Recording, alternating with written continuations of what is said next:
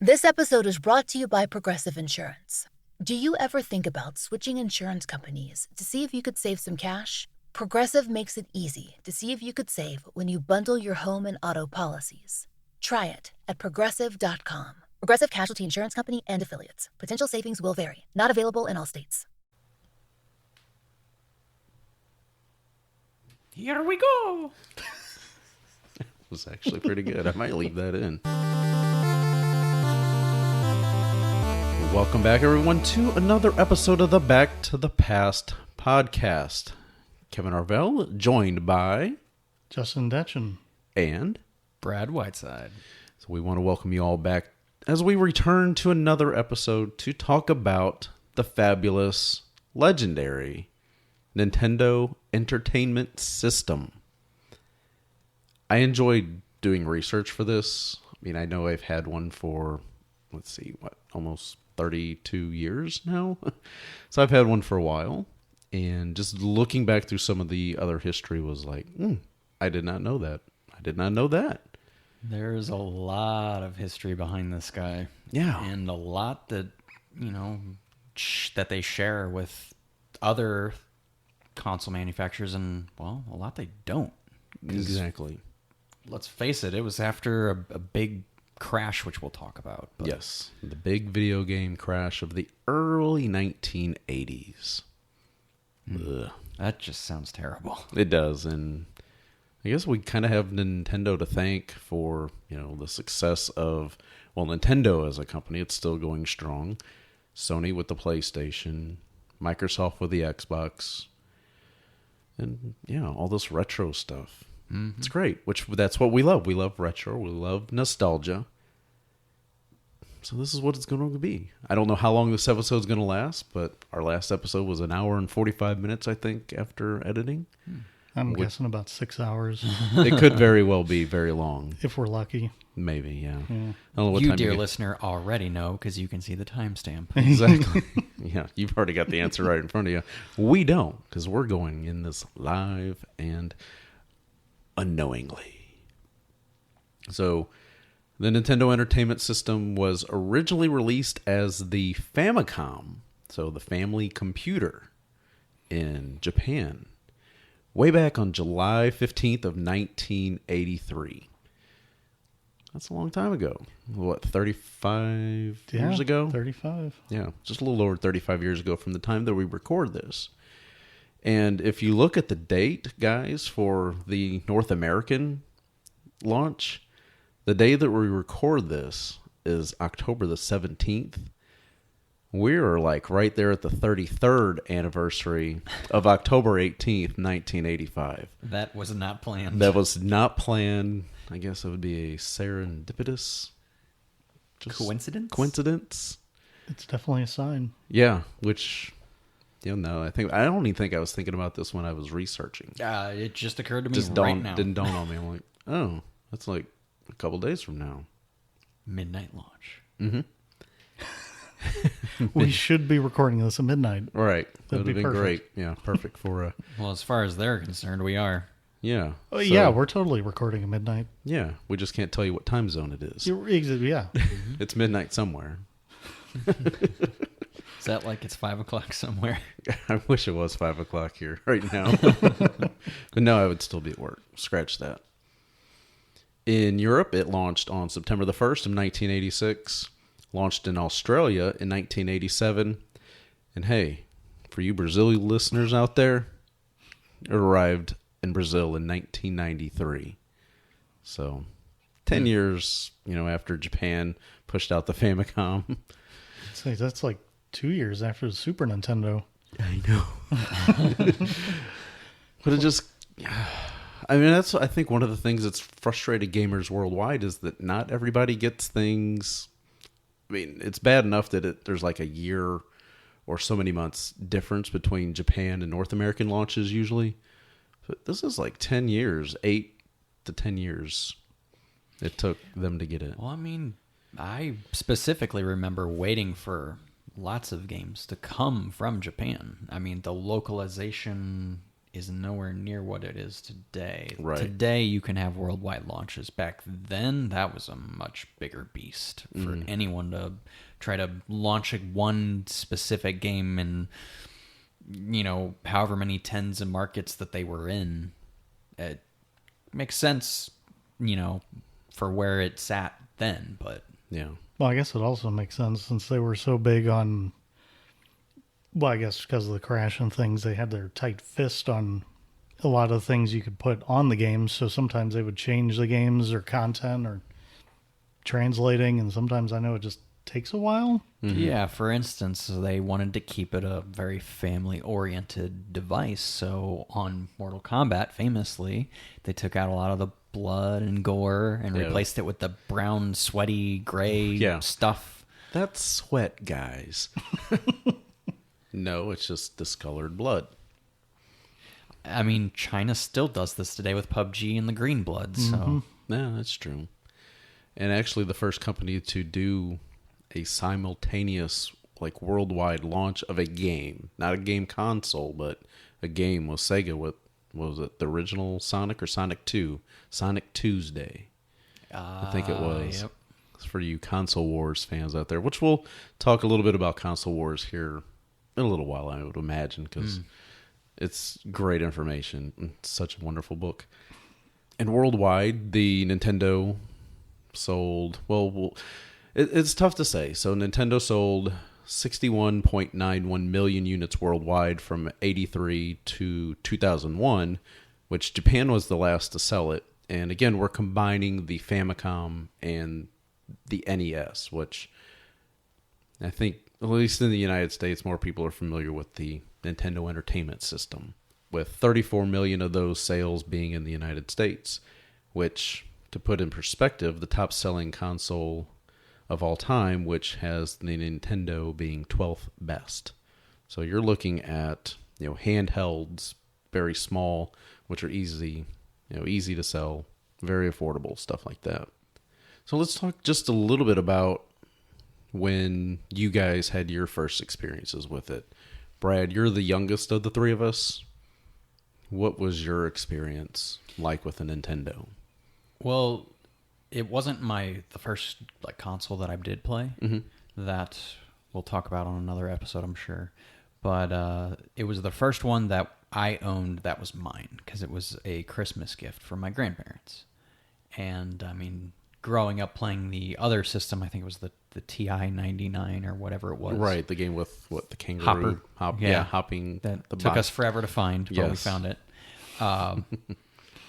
They noticed my kind of love for all the electronics and the new stuff, and it was kind of new and upcoming and cool and hip and whatever. And I guess they figure, hey, let's get him a gaming console so he has something to do on a rainy day. Let's throw some fuel on his fire and keep it going. Little did they know that this would become a obsession. Years and years of obsession. It's an obsession. Let's not even say addiction. It's just an obsession. Well, sure, we'll go with it. Your words, not mine. But it was Christmas, and I've since then associated many great Christmases with Nintendo. Recently had a Nintendo in Christmas. Yep. Very recently. Nintendo 64 was also a Christmas gift. And of course the Super Nintendo from my mom at one point, and all the way back to the NES. I believe that we had received the Super Mario Bros. 3 pack. So I don't know how ubiquitous that was compared to other pack-ins. I'm very fuzzy on the dates because, I mean, let's face it, this thing came out before I was alive. So I was probably receiving this when the Super Nintendo was brand new. Yeah, it was definitely towards the later end of its lifestyle because, Super Mario 3 was not already... I mean, it had already been established for a few years because the movie The Wizard came out in 1989, I believe it is, and that's where they publicly unveiled, actually showed the first gameplay was through that movie. It was basically The Wizard was just a huge commercial for Super Mario Brothers 3 and a lot of Nintendo video games. So what year do you remember? You don't remember the year on that you did get that? I'm not too sure. I mean, it says that Super Mario Bros. 3 came out October 23rd, 1988. So Probably like 80. No, it wouldn't be 89 because you were born in 88, right? I was born in 88 in March. So somewhere between, 88 and we'll say 91 or 2.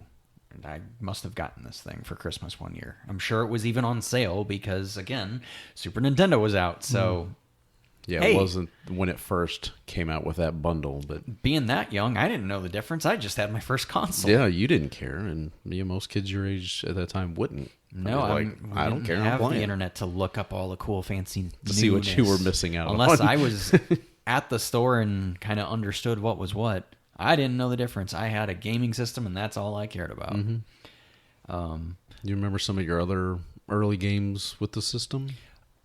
Vaguely, there was a Tom and Jerry game that I had that I really want to go back and play and try to at least get further. And just see, does it hold up? Is it still as insanely Yeah, hard? doubtful. Maybe. There's a lot of them that don't. No, it's like, oh gosh, I used to love this.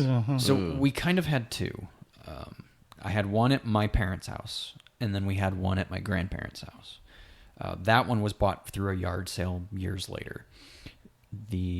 Most of the games that I'm going to speak of, Super Mario Bros. 3, these were all played in kind of succession with my cousin who had lived next door. Right. So Super Mario Bros. 3 probably regarded as one of the greatest games of all time. Yeah.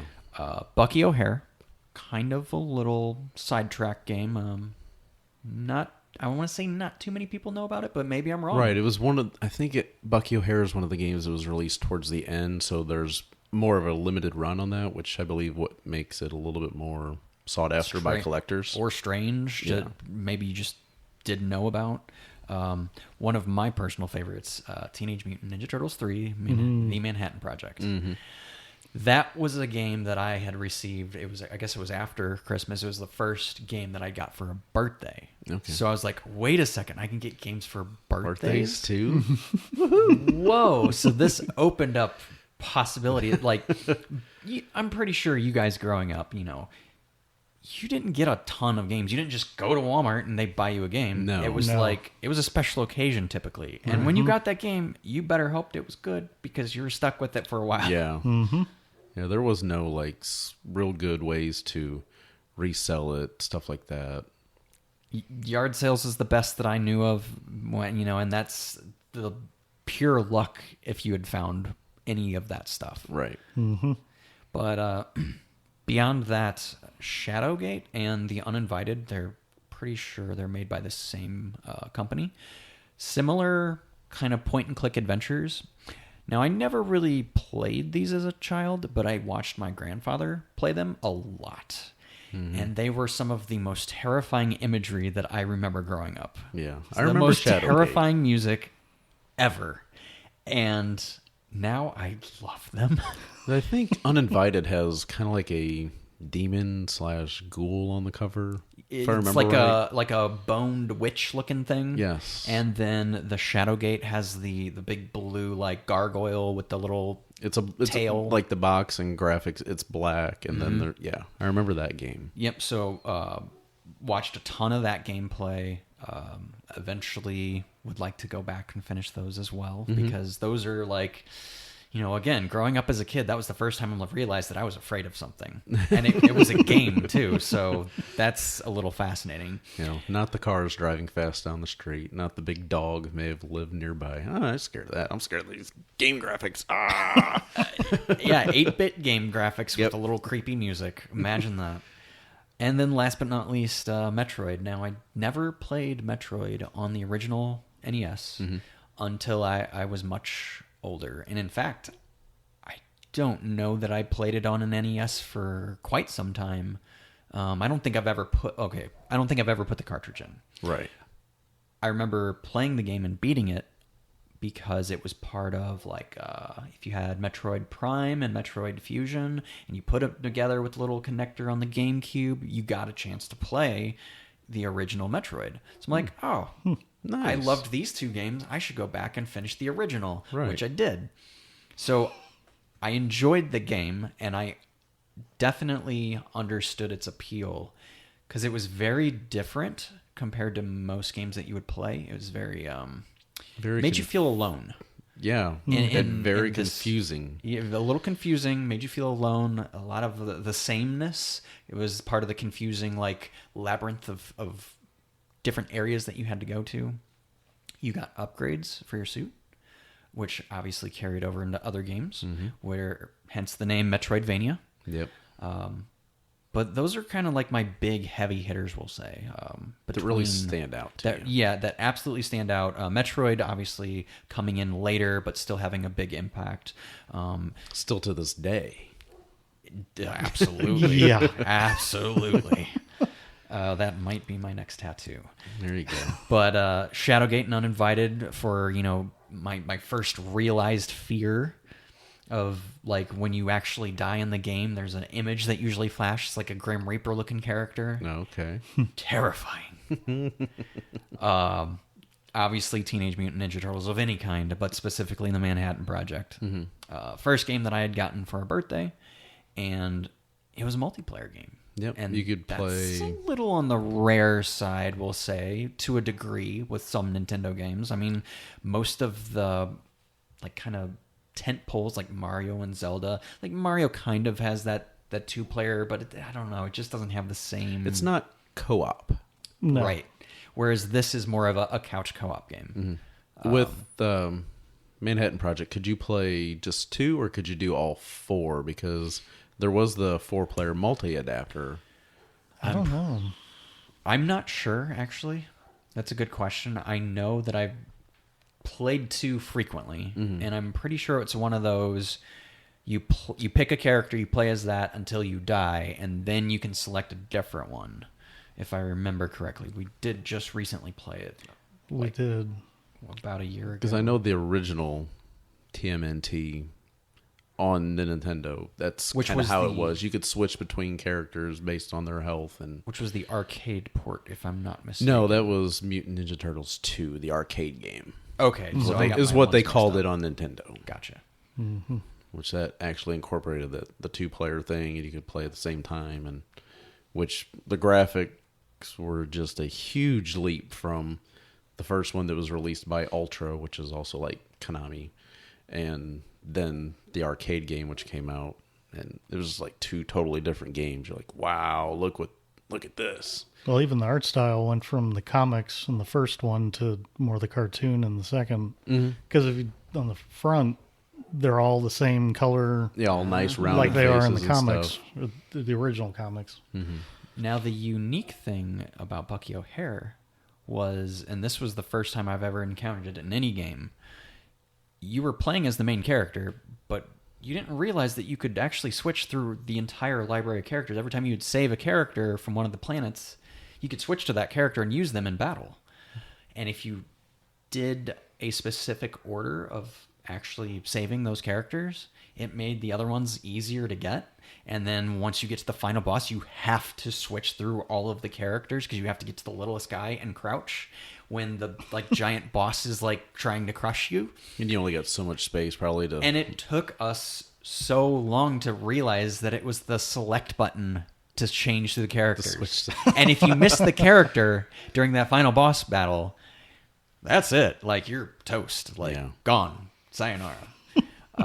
And obviously, Super Mario 3, it was bigger, greater, better than any Mario before it. Yeah. It's still to this day, the world selection, just all the different the levels. visuals and everything. Visuals, the music, so many things in that game. Power ups, Yeah, Power-ups. incorporating being able to fly and the secret stuff. yeah. Just endless. Even if you played it, 100 times, there's a possibility you missed something and that you found that out later. Yeah, definitely great game. And I still remember when that came out, because we'll talk a little bit about Nintendo Power, the magazine. But it's like, oh my gosh, you start getting those magazines. What's this? Super Mario Brothers 3? When? And it's like, wow. Justin, what about your first experience with the Nintendo and when you got one? And Well, I'm one of those weird people. I discovered it twice. Once when I was a child and once when I was a man. No. Wow, how about that? So, first experience, I was 5. Me and my sister got it for Christmas, 1989. I can even tell you when because my parents were not divorced yet. That happened like the next year. Yeah. Must have been due to the argument through the games, right? It had to have something to do with that. That boy's playing too many games. He's shooting too many ducks on a duck hunt. So it came with the original Super Mario Brothers and the Duck Hunt, the combo. Yep. So like the action set. It was the action set. It had, I guess it was the second version of it because it was the orange zapper. You had the orange zapper. Yeah, Okay. I didn't even know they had a gray one until many years after Years that. later. I just saw a picture of it and I thought, well, What's that? why did someone paint their zapper? But we didn't, I don't know. Maybe it was the parents in the situation or what, but I didn't really have a whole lot of games for a long time. Like, I think the first new one I got that wasn't included was Super Mario 3. Because I know I got that one new, but I guess it was around the same time that they started showing up in like rental stores. Yeah, like video Schnucks rental and stores, National and Schnucks, yeah. Blockbuster, things like that. And we rented a lot. Mm-hmm. I mean, I like every week I was Yep. getting something. And Like every Friday night and Saturday oh yeah, night. and I found some real stinkers. But Yeah. boy, I found some pretty cool ones in there too. Yes. But then somewhere around that same time, somebody, it was some friend of the family. I don't remember how he fits in, but anyways, he stayed with us for like a year, and he was like 10 years older than me, and he had a small collection of NES games, and I started playing through them, and that's when I was like, oh, I like there's more than Mario. I mean, he had the original Metal Gear and Spy Hunter and Kid Niki and Strider and a lot of games that, I mean, there's not many people that I know of have heard of some of the games that were in there. But that's where we got hooked on Tetris. And even my mom got hooked on that one. But my dad at the time started living in an apartment about 15 miles north. And I guess on the weekends, I'd hang out with him and I'd take my Nintendo, and I'll be darned, I actually got him involved. And so two of my favorites from back then, mostly for the memories, were Bigfoot and Narc. There you go. And it was because those are the two games that I could get him to play. Mm-hmm. I don't think I ever got him to play a game ever since then. Yeah. But, boy, one time we sat down and played literally all night, and we beat Narc.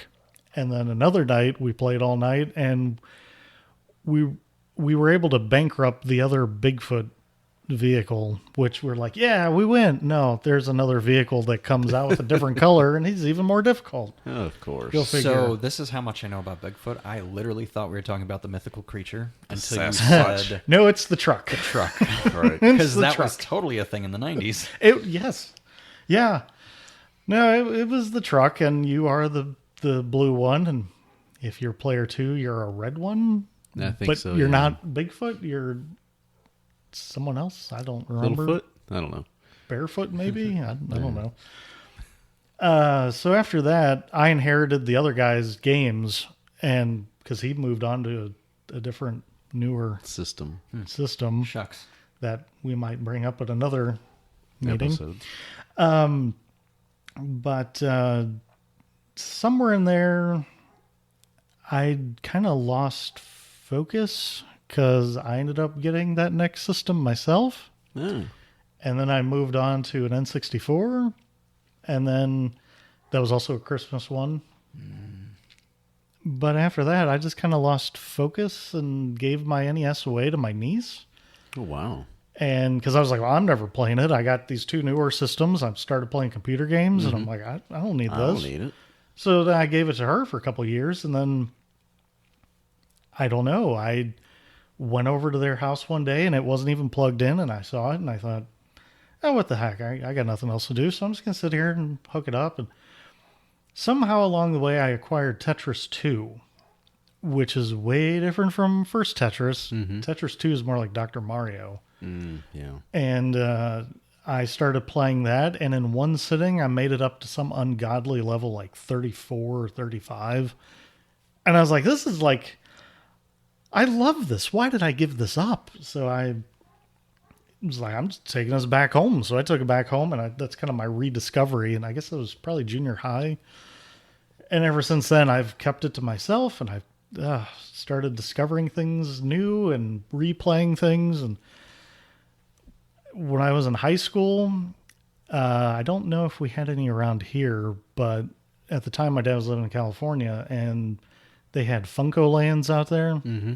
And they were having a clearance on NES games, and so I was just like, well, what the heck? I'll pick up a couple of these. And I saw one sitting there that I remember renting when I was little, but I didn't think anything of it. I'm just like, oh, it's got a manual with it.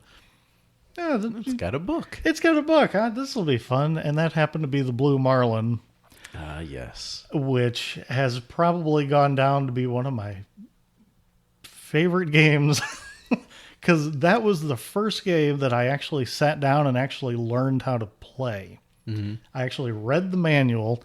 That was when I found out that manuals weren't just like Art. yeah, like nonsense stuff. Like this actually teaches you how to work it. Wow. So I actually learned how to catch fish. What a concept. And I actually got pretty decent at it, Yeah. which was shocking. As annoying as a sound of a game as that is, with that horrible bell sound in there when you're trying to catch a fish, I love that game.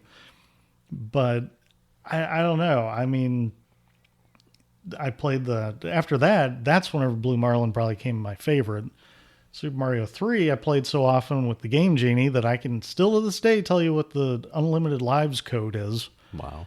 If anyone's wondering, it's SLXPLOVS.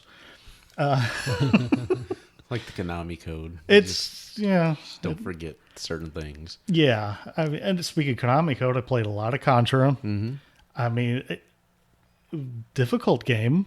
But Very difficult I got game. fairly good. I mean, I could get up to the later reaches of it, even when I was like Just solo? 7 or 8. Wow. I mean, it was, I don't know. I played it a lot though. Apparently. But then you had your scary games. I had my scary game. Terrible game though. It's an LJN game. Oh. If that tells you anything. Yeah. So they released Friday the 13th on the NES, which is a surprisingly kind of in a way, a gory kind of thing for an NES game. Mm-hmm. The cover art came from, I think, the 7th Friday the 13th, even though I think it was released around the time of the 8th. Anyways, but that game is harder than hard. That game is impossible. I remember, I think we sat down and I showed it to you, and he's literally, so like you beat him, and then you have to beat him again, and he comes back faster and stronger. You beat him again, he comes back faster and stronger again. I mean, it's literally impossible. So, of course, I use the Game Genie on there and put it on where you can't be killed, and that's the only way I could ever beat it. Things become a little easier. But man, that, when you're a tender young lad and in the dark, it's a pretty freaky game. Yeah, I didn't own that as a kid. I remember playing it when other friends would have it, and they'd be like, "I don't like this. It was just too hard." I'm like, "No." It was very hard, and I don't know what kept me going back to it, but I kept doing it, and I could never make it any farther. Each time, it's like it wasn't one of those. It's like, oh, each time you get a little far. No. Yeah, going in those cabins and go forward, go left, go right, do this. It's like, oh my god. I did find out like there's little tricks, like if you light the fireplaces, like you can't go in the cabins, and kind of flushes them into certain areas, and you can upgrade your weapons to some of the, like there's a torch you can get, which is pretty powerful. But then the woods and the caves, and There's a lot to it. there's a lot more there than it looks, unfortunately. So I got mine back, I believe, or my first experience with it was in 1986. So it was after it launched in North America. A friend of mine had one, came over to spend the night, brought it over, and we played it, and I was like, this is great.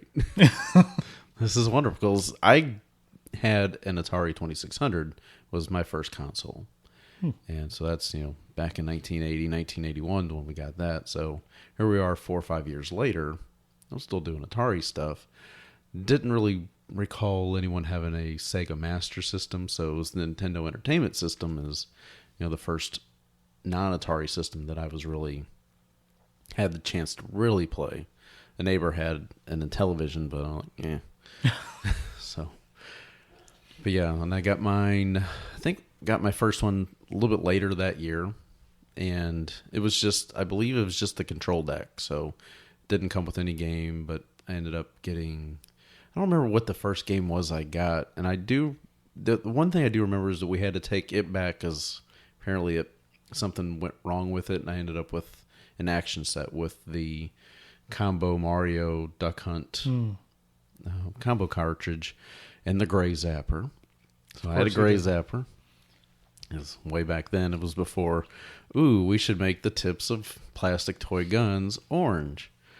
So they had to paint it and change it orange so people couldn't just tell just by looking at it, that's not a real gun. I always wondered why they did that. Yeah. Yeah, because, real guns, you plug them into the wall. Exactly. It's got this long cable and cord. You got to charge them first. Exactly. Well, if it's a zapper. Yeah, it was just great. And some of the games that I remember early is obviously Super Mario Brothers 1. I never really played Duck Hunt that much. It was just kind of it's on the cartridge. I enjoyed me some Duck Hunt. Oh, I did too. Yeah, I mean, Duck Hunt's fun, but it's like, I don't know. No one else really wanted to do the 2-player thing where you controlled the duck and stuff like that. That was actually my pre-introduction to actual hunting because at my grandparents' house, close to 10 acres, lots of squirrels and rabbits, and naturally, my grandparents hunted a lot growing up because they didn't have a lot of money. Mm-hmm. So that sort of got passed down to me a little bit, and naturally, my grandpa thought that using the zapper to shoot ducks was pretty fun. Mm-hmm.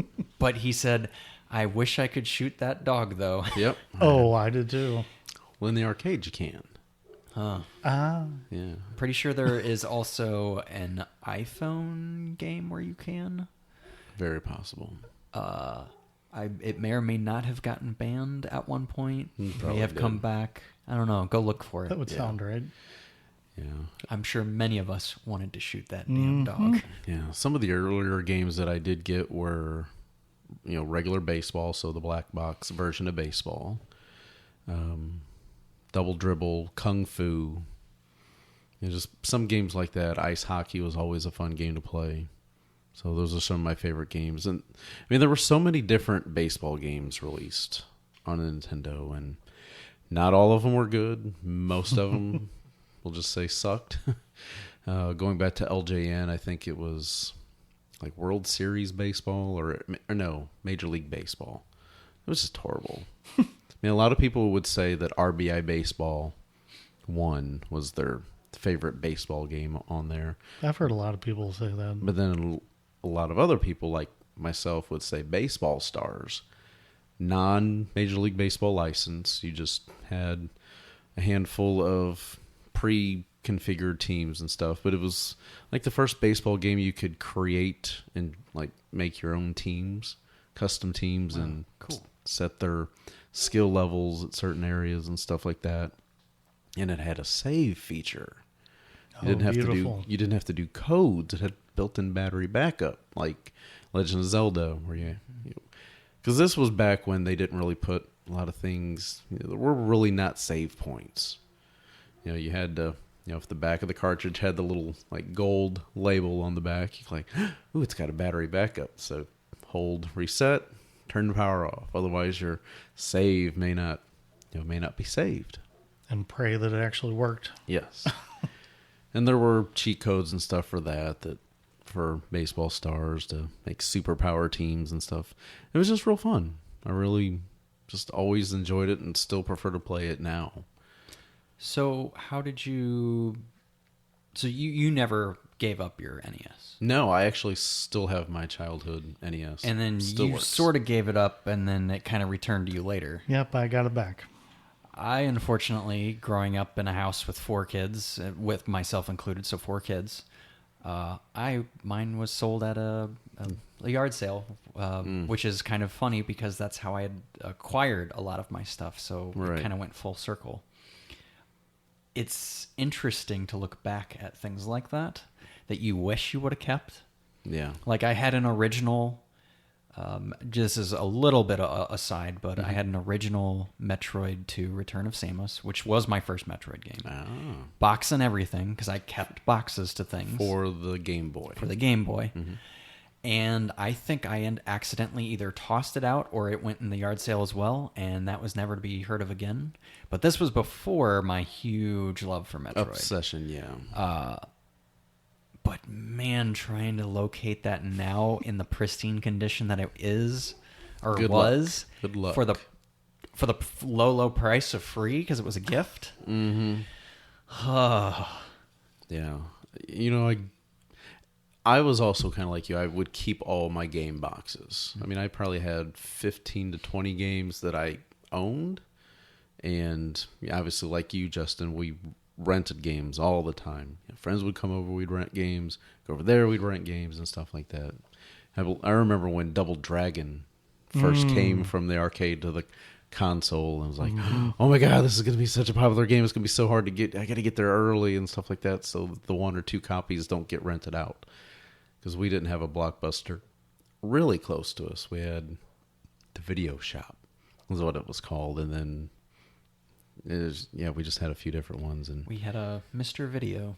Mr. Video. Yeah. For you Southern Illinois people. I do distinctly remember, like you said, having a lot of boxes, but what I was supposed to do is every time I was done with a game, it came out of the system, went back in its plastic sleeve, and went back in its in the cardboard box. box and put back on the shelf. And to this day, if I still had physical media, if that was still kind of ubiquitous, But that's with your- exactly what I would do. Yeah. But with your physical things like movies and stuff, when you're done watching the disc, you put it back in its case, it goes back on the shelf. Yep, because if it doesn't, it's one of those pet peeve things like, why'd you not put it back? Why? I know. That is part of my OCD as well. Yep. So Yeah, so I had this box full of my Nintendo game boxes. And I guess whenever we moved in 94 or some other time, I just stupidly I just got rid of them just to make space for something. And I really do wish, because, yeah, that's the only time I would look at it. As soon as I would get a game, took the game out and the manual, because I had the like blue or clear big square game cases. So I would put them in there, and then the box would just go in the box with the other game boxes.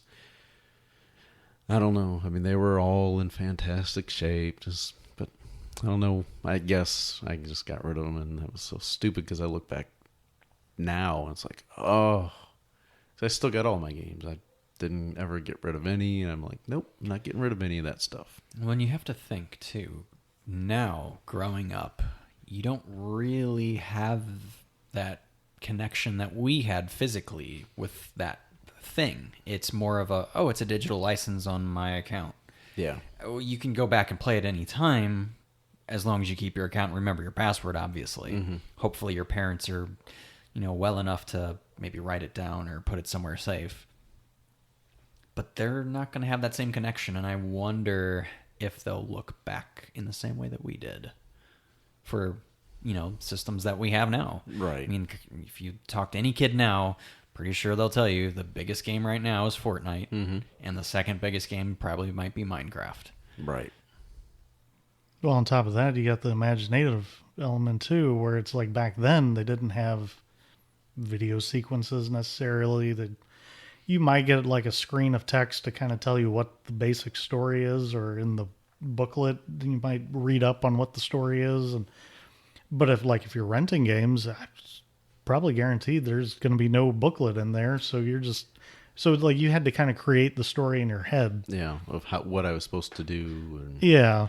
Also, the artwork was so important. yeah, on the game box. Oh, yeah. 'Cause that was its main form of advertisement, unless you got, video game magazines like Nintendo Power or Electronic Gaming Monthly or something else. Which took a little while to take off. It did, yeah. So, again, growing up in the NES era, that artwork was super important. If it didn't look cool, chances are you weren't going to pick it up in the rent wherever or buy at Walmart or whatever the case may be. You know, it wasn't going to happen. Yeah, I mean, there was a lot of disappointment when it came to box art and what the game actually looked like when you started playing it. You're like, this ain't right.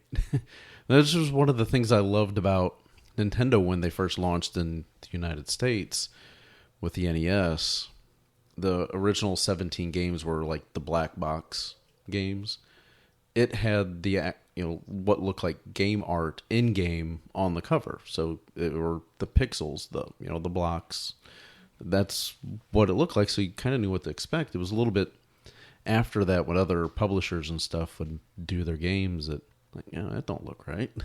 That's not what I was expecting to see. Duck Hunt, Super Mario, Metroid. I'm trying to think if there's any others that really stick out. Mm-hmm. Well, then you had some, like, I wasn't a fan at the time. It was one of those things I went back to and visited later, but like the original Legend of Zelda, it really didn't even have art. No. It was just like the shield and... Right, you had no idea until you flipped it over on the back and looked at those few little screens on the back. Yeah, it was very vague. Yeah. Thankfully, it came with a map. Yeah, that's the thing is whenever years later I finally got a copy and tried to play it, I didn't have a map. I really didn't know what I was doing. Right. What do I do? Like, I don't know what's going on here. Well, luckily, when I did go back to play that original Metroid, I had a map from a Nintendo Power. Of course, it was the full map of the entire game, because it wasn't a very big game at that point. So I borrowed a Nintendo Power from a friend and beat it. There you go. Which, Nintendo Power was a great magazine. I really enjoyed it. I was never fortunate enough to have one. I wasn't either. I had a bunch of the early issues because I had a subscription for a year or so. That first issue with Mario about it being Super Mario Brothers 2, I think it was. And it was like clay, colored modeling clay, like Play-Doh. And I was like, it's kind of an odd choice for that. And I think that was really the only time that Nintendo did a cover like that, was that first one that I can recall, where it was like, that has nothing really to do with the game other than it's a clay version of Mario. It was just interesting. I remember it had a big old feature on Mario Brothers 2 and stuff like that. Which is very interesting about Mario Brothers 2 is it's not like it was a different game. I forget exactly what it was called, but they just brought it over. They're like, yeah, we already got something. Let's just make this work. We'll change the characters so it looks like Mario, Luigi, Princess. At that time, was she Princess Toadstool? Because I don't think she's Peach. In that game, it might have been Daisy. No, I think it was still. I think it was Toadstool. And then Toad was also the other little character. He was the guy that you could pick stuff up really quick. Guy. Yeah, he'd pick stuff up quick and throw it. Luigi could jump really high. Princess Toadstool could float, and Mario was just kind of like the all-around guy. Well, I know they had an actual Mario 2, but it was too hard. Yes, it was. So then they remodeled that one. Yeah, but that's that. It's called like Japanese the one? Lost Levels. Yeah, they packaged it in Mario All Stars, yeah. which was the first time I tried it, and oh my, yeah, boy, it's rage-inducing. Oh yeah, like is it like some of those Mario Maker levels? Yeah, in a way, yeah, because like they introduce something in there like the mushrooms you get. They're not all good mushrooms. Yeah, some can immediately kill you or something like that. Like or they'll make you shrink, or like if you're already like the super size, like they'll make you shrink or they'll kill you, or it's like what? I think a lot of, if I remember correctly, and if I did play this, that poison mushroom that would make you shrink, it looked almost exactly like the one that would make you grow, but there was like a little just slightly discolored, subtle little like swirl in it that went like the opposite way from the it was the something one that make like you that. grow. Yeah. Yeah. It's like if you're in a hurry and not really paying attention, then it's going to ruin your weekend. definitely. Just going back real quick, because you had mentioned Kid Nicky. Mm-hmm. And Almost nobody I know has ever heard I've of it. seen it. It was a pink cover, Yeah. and it was another one of those where Had like a spiky hair Yes. and muscle arms. And... the box looked nothing like Oh, yeah. the game. Yeah. Not even close. Not even in the same ballpark. Not even the same country, really. It was just, Fun game. Yeah. But yeah, it's not even the same world. Yeah. There's so many great games, but it was There's just a a lot of- matter of learning the patterns. Yeah. Everything was really about patterns. I read somewhere, and I don't know if this is true, but I read somewhere that their testers were like borderline professional gamers. So whenever they got feedback, it was from like people who were really good and not from like average players. So a lot of the games tended to kind of lean towards the Difficult obnoxiously side. hard side. I don't know if that's true or not, but playing a lot of them, it would make sense. Like Ninja Gaiden, for example. Oh, yeah. You had to specifically Yeah. time certain jumps. And if you just like went back just a little bit and then came back, the enemy would respawn. And it was the same way with the original Mutant Ninja Turtles. Oh, yeah. And almost impossible. Such a bad. That not bad. the sewers level with the electricity and Oh, when you're It's swimming impossible. in the river or whatever, or the yeah, bombs. yeah, that's Some jumps is like, oh my god. But no, that was a fun game. Such catchy music. There's another thing too about Nintendo games. Such catchy, simple. mm-hmm. But man, it's like those, earworm tunes that you just get in your head, and they just. A lot of them still carry over to today, like Metroid. I can still think of certain tunes and just immediately start humming them. Oh wow, yeah, I can too. There's probably there are some that if I tried hard enough, I bet I could think of some that I haven't heard in 25 years. I mean, it's ridiculous how catchy a lot. I mean, even like you'd expect like the bigger games to have catchy, but even the games that are forgotten and were failures and nobody remembers, even they had great songs. Yeah, I mean, I'm just trying to think. I mean, pro wrestling was such a fun game. I don't know if you guys have ever played that. So you had Starman, Great Puma. I saw it on the shelf at the rental store. Yeah. Does that count? Yeah. I played Mike Tyson's Punch Out. Yeah. Mike Tyson's Punch Out was fantastic as well. Again, a pattern game. Once you learn the pattern, you could just breeze right through it.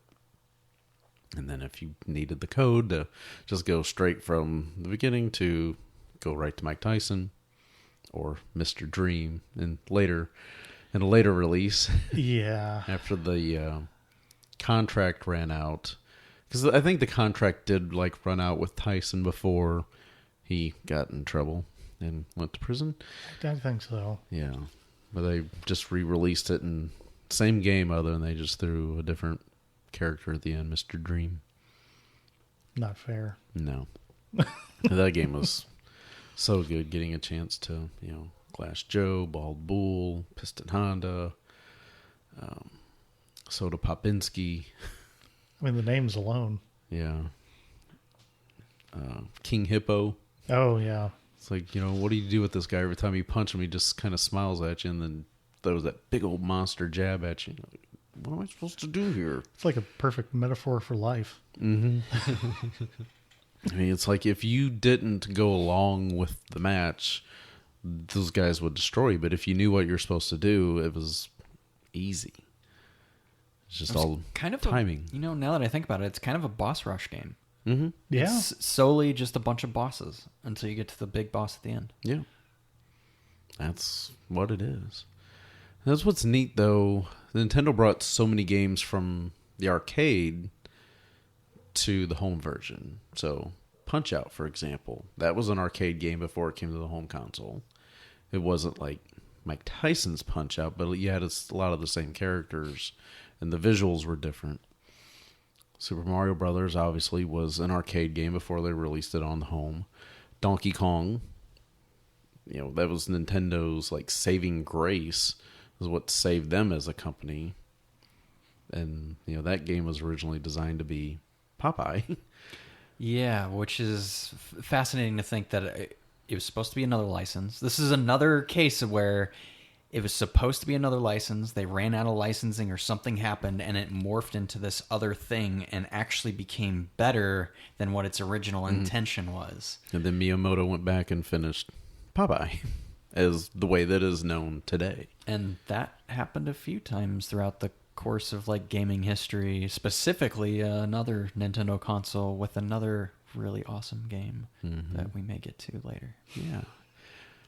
But I just keep thinking about the LJN games. They were just overall across the board ridiculously hard. Oh, yeah. I mean, try Back to the Future 1. Oh, Good luck.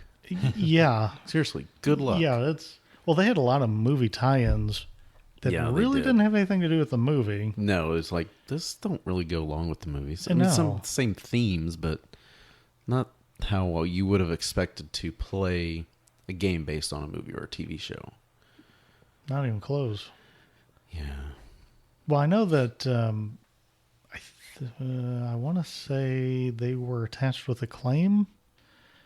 I think the only reason I'd say that is because I know that some of the rules Nintendo had was you could only, because they were really strict on their You could third only parties. You could only release like so many games in I a think it was calendar like year. five Five. games a year. Yeah, but then you could do a spin-off, which is what Konami and Ultra did. So Yeah, they had could all release these up to 10 subsidiaries. games a year. Yeah, and so they have all these companies doing the subsidiaries so they can release more, and they kind of got around it.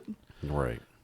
But it also sometimes meant that you could more easily identify the companies that put out games you don't like. Yeah, it's like, this game's ridiculously hard. It must be by LJN or some one of its subsidiaries. I mean, I could tell you Friday 13th was an LJN. Yep. Pretty And sure Nightmare on Jaws Elm Street was, was too. too. Yeah, I think Jaws was. I think Bill and Ted's Excellent Adventure was. Yep. The Back to the Future one was. It was just so many ridiculously hard games. Yeah. That's where Final Fantasy was born. That's where it came out on the original ones. Yeah. Yeah, they made RPGs a thing over here. Oh, wait, what? I guess we're the West, right? Yeah. Yeah, so they made it a mainstay on a home console. That's a big deal. Dragon Warrior was a huge RPG game. Dragon Warrior is fantastic.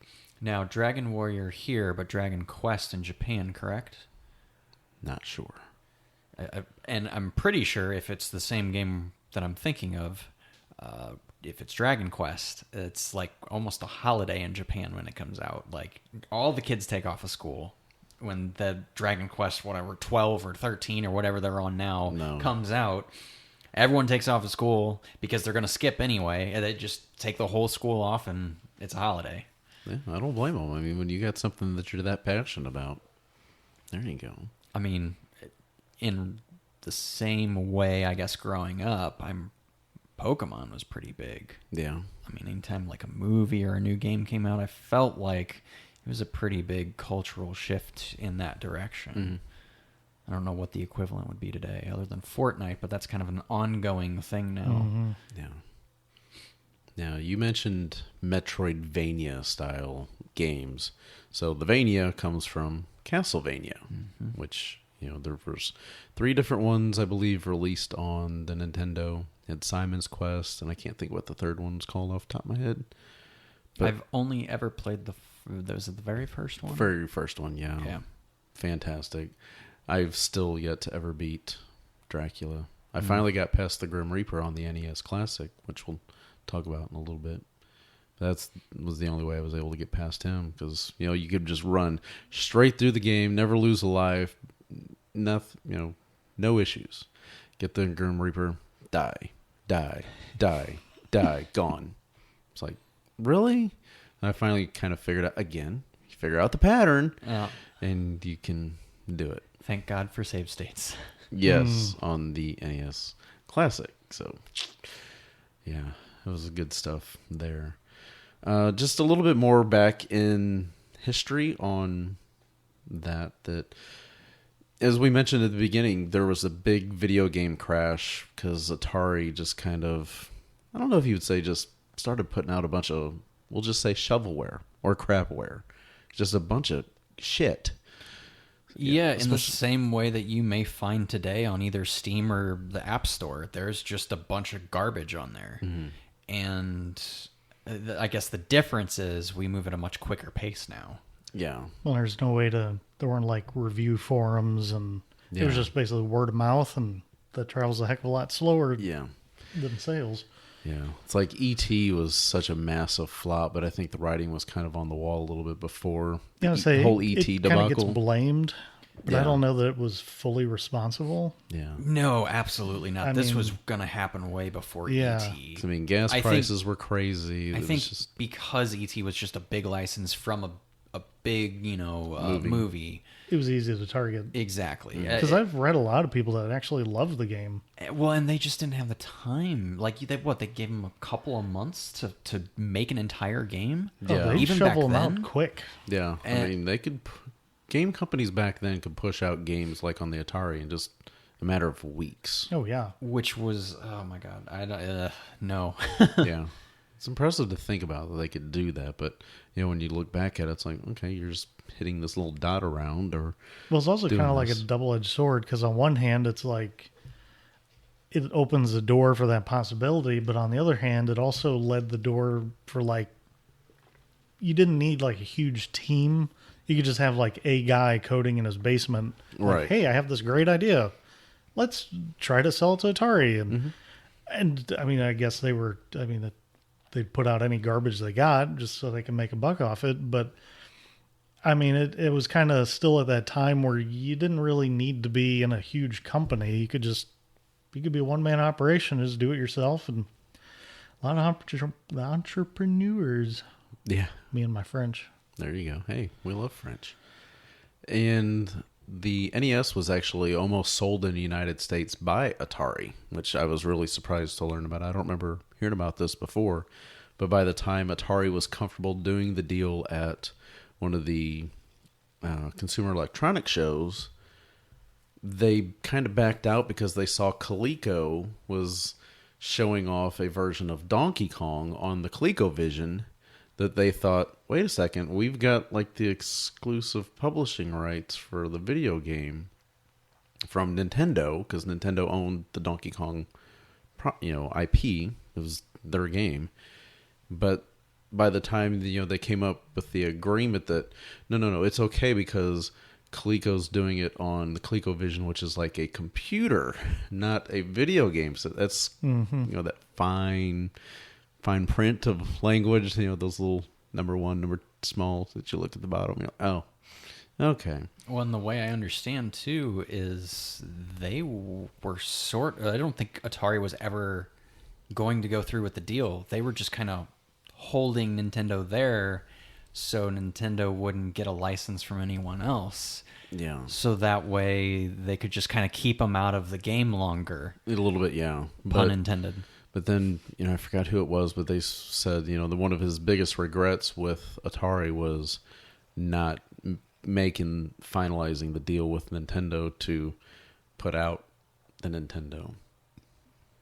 I mean, yeah, because you look at Atari's roadmap since then with, different versions of the Atari console and then the Jaguar, and then it just disappeared. Now this retro thing that we still don't know what the hell's going on with that Indiegogo campaign.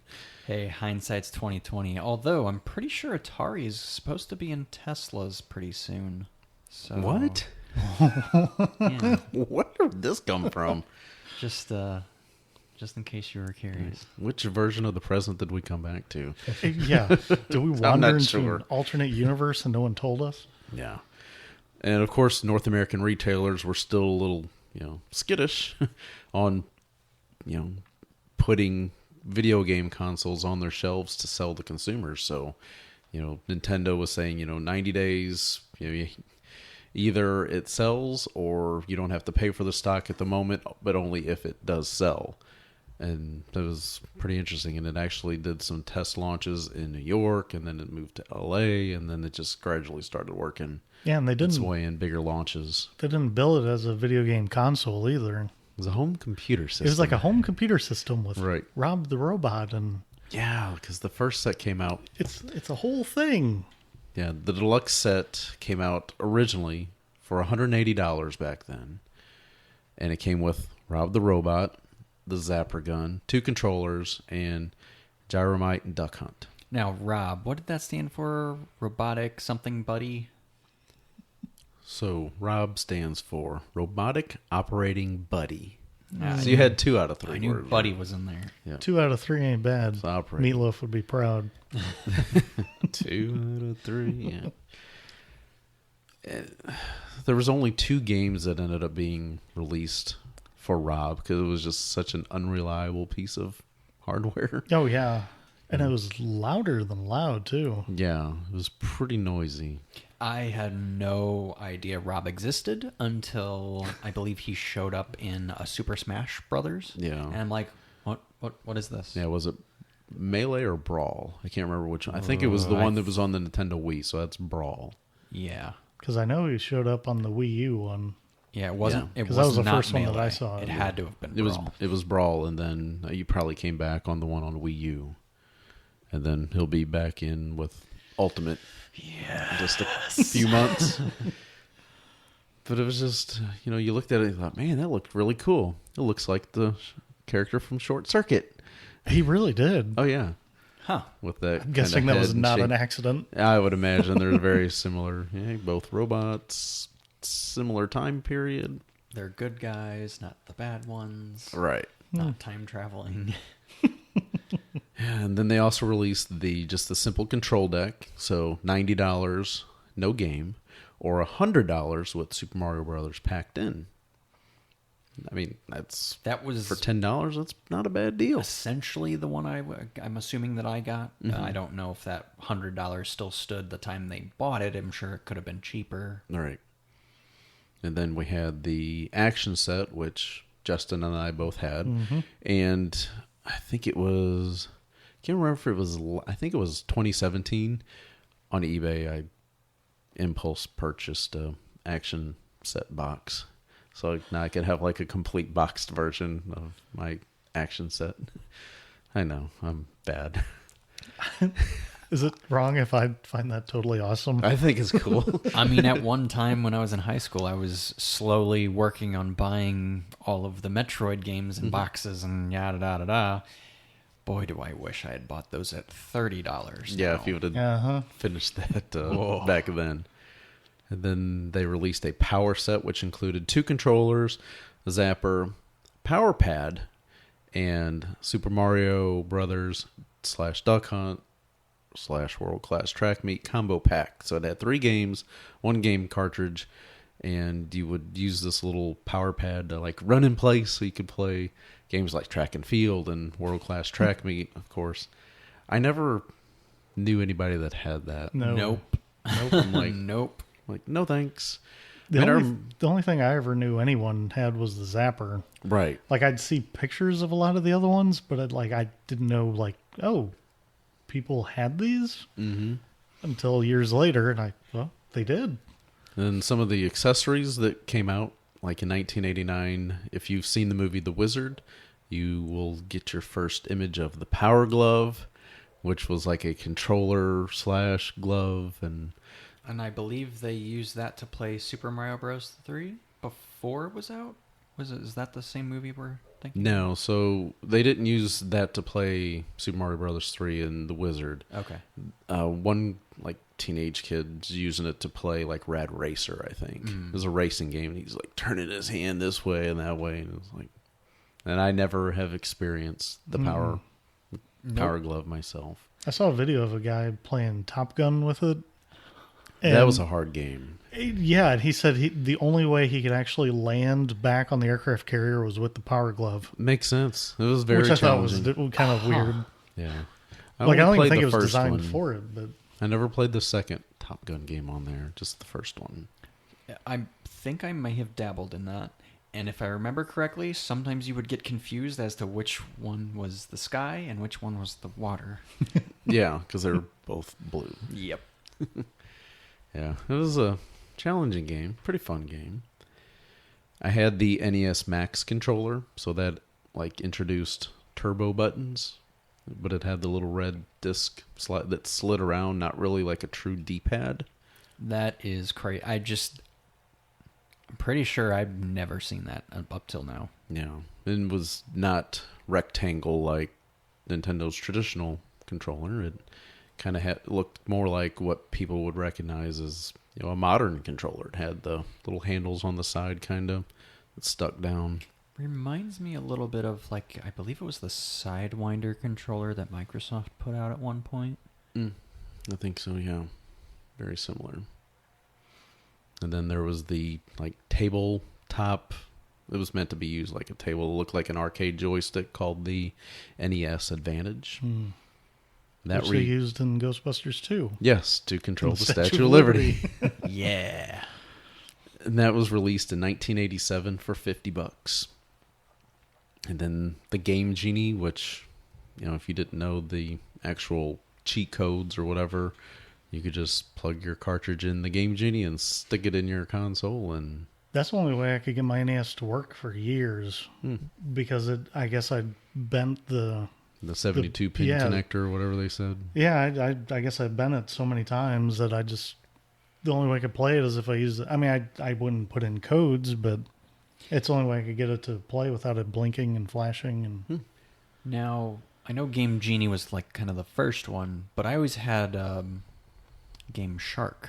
Or is that the same company? Or is it a different I company? think it's a different one that came Okay. later.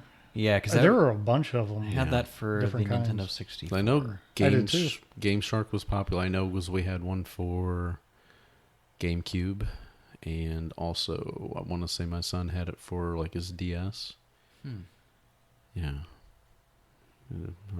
Those were things I didn't have that, so I didn't have a Game Genie.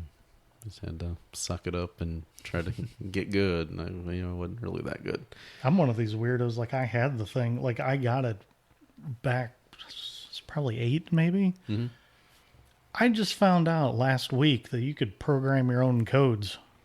Well, not really program, but you could create your own true. codes Yeah. like you could on the Game Shark. I didn't know that until last week. Nice. I was gonna 20 say- some odd years later, Exactly. here we are. Because I remember specifically the Game Shark came with a booklet On how to do on it. a list of games, like popular games, Right. or you buy a booklet separate that had even more in it. Right, yeah, That's there what were Game books Genie at did, bookstores. Yeah. Right, so they get you twice. Mm-hmm. But you put in the codes, and I mean, I specifically remember using that, and beating Star Fox 64 for the first time, I think. Well, the Game Genie, you could, because it came with the book, but it also came with like a subscription thing where you could like subscribe for, I forgot how much, $3.50 or something. And you'd get like 4, I think, a year additional little publications where it had like More more codes and games. stuff. Like more games. Like Yeah. as they release more games, you get more. Oh, kind of just updates. Yeah, it's just 'cause more updates. games would come out. Yeah, and I remember I got a few of those, but I lost those. But then the internet happened.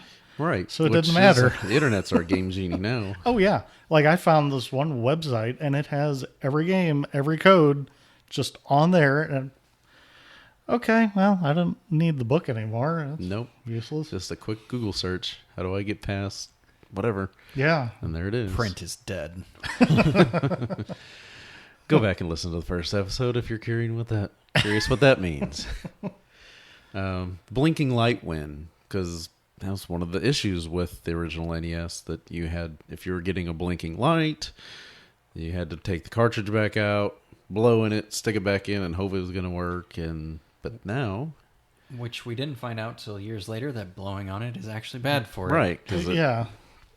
tarnishes the pins, Because of the moisture in your Right. breath. causes them to like. And really, it's the unseating and Oxidize. reseating of the cartridge that actually is what made it work, not the actual act of blowing on it. So for all of you who did blow on it, Which is pretty much everybody. which Yep. was all of us, That was the schoolyard. That's how you fix it. It's a schoolyard fix. You just blew in the cartridge, or blew in the console, or both. my grandpa, I believe, would use isopropyl alcohol, which I believe it specifically says not to use. Right. You're supposed to use what, 90% or higher It- of like pure alcohol. I was gonna say I do, today, if I'm like cleaning off thermal compound, it's like 91%. But Or like now that, was it Brasso or Brassex or whatever it is to help with the brass connectors would be a good thing to use. Help restore those. What I did one year was I got the little bit to unscrew all the cartridges, and so I took apart all my cartridges. Was that the tri-wing bit screwdriver? I think I it's called. think so. I think it's called the tri-wing. And I took them all apart, and I had an ink eraser, which is the gray, the really hard gray one. And I'd take that and I'd rub it on to get all the crap off there. Yeah. And then I took the Brasso on there and shined them up. Oh, man. Looked that beautiful. with replacing my 72-pin connector, I mean, it worked like brand new. Yeah, It was beautiful. I think you can get a replacement 72-pin connector for, was it $7 or $8? Yeah. They're not expensive. Yeah, it's about. Mine still has its original in it. Mine does It not. still gives me the little, but it's done that for years. I mean, hell, I've had a thing for 30 years now. Oh, yeah. Mine was, like I said, it was impossible to play. And I couldn't until I did the Game Genie's board was thicker. Right. So, I mean, it was like really thick. So, I mean, it was going to connect no matter what. But Yes. the worst problem is that it bent them even more. Because I've got the NES cleaning kit that Nintendo put out, which was kind of like this plastic cartridge in a way, and you could change out the thing, and it was, it wasn't like a felt or anything like that. It was just some kind of material. You would put a little cleaning solution on it, and, slide it in and out, push it in and out to help clean the pins. And whenever you did, you would see, where the individual pins were, because it would shows the dirt and stuff on it. And then it had these little wand things that were like angled, and you stick it in the cartridge to go back and forth across the pins and clean the pins on your cartridges. I've still got it. That's the only thing I've still got the damn box for. oh, is that cleaning kit? Is the cleaning kit. And I just found that I still had that a couple years ago. Like, I still have something with a box. So, I don't know. Maybe I'll find the boxes somewhere. Maybe I didn't actually get rid of everything. That would be great. I've still got all the manuals to every game I owned. And I still have some of my childhood handwritten cheat sheet things, code-wise, for like baseball stars and stuff. I do have a lot of notes still, but they're for other consoles. That console, I guess I was too young to... I do have some save codes that I have written down on like 3x5 cards. I had to put those in and see what happens. Of course, I don't know what games they're for. I just put down the code. I didn't write down what game it was for. I want to go back to Tetris. So, which version of Tetris did you own? Did you own the I had the licensed one. licensed one? Not the Tengen version. Right, because Tengen kind of did some little sketchy stuff. They wanted to do more games, so they kind of like reverse engineered the NES console. They also, I just found out the other day, they found a loophole in the law that said with that the patent. with the Or- patent or that trademark you or can patent. get the Like the BIOS all or something the like info on the patent and stuff if you file a motion with the court that is currently in proceeding or something like that. And so they've just filed a motion to get all the paperwork, and the court's like, okay, here you go, Yeah, even they though they weren't in court for it. that. Yeah, they just like walked in and got it so they could reverse engineer it. And To that's their how- detriment later. Right, because Nintendo really put the squash on them, and that's why Tengen is no longer like a thing. Well, funny, Tengen was a Atari Yeah. brand. And so they put out 3 licenses because they had that rule of 5 a year. Yep. They put out 3, which I think were Gauntlet, Pac-Man, and RBI Baseball. Yep.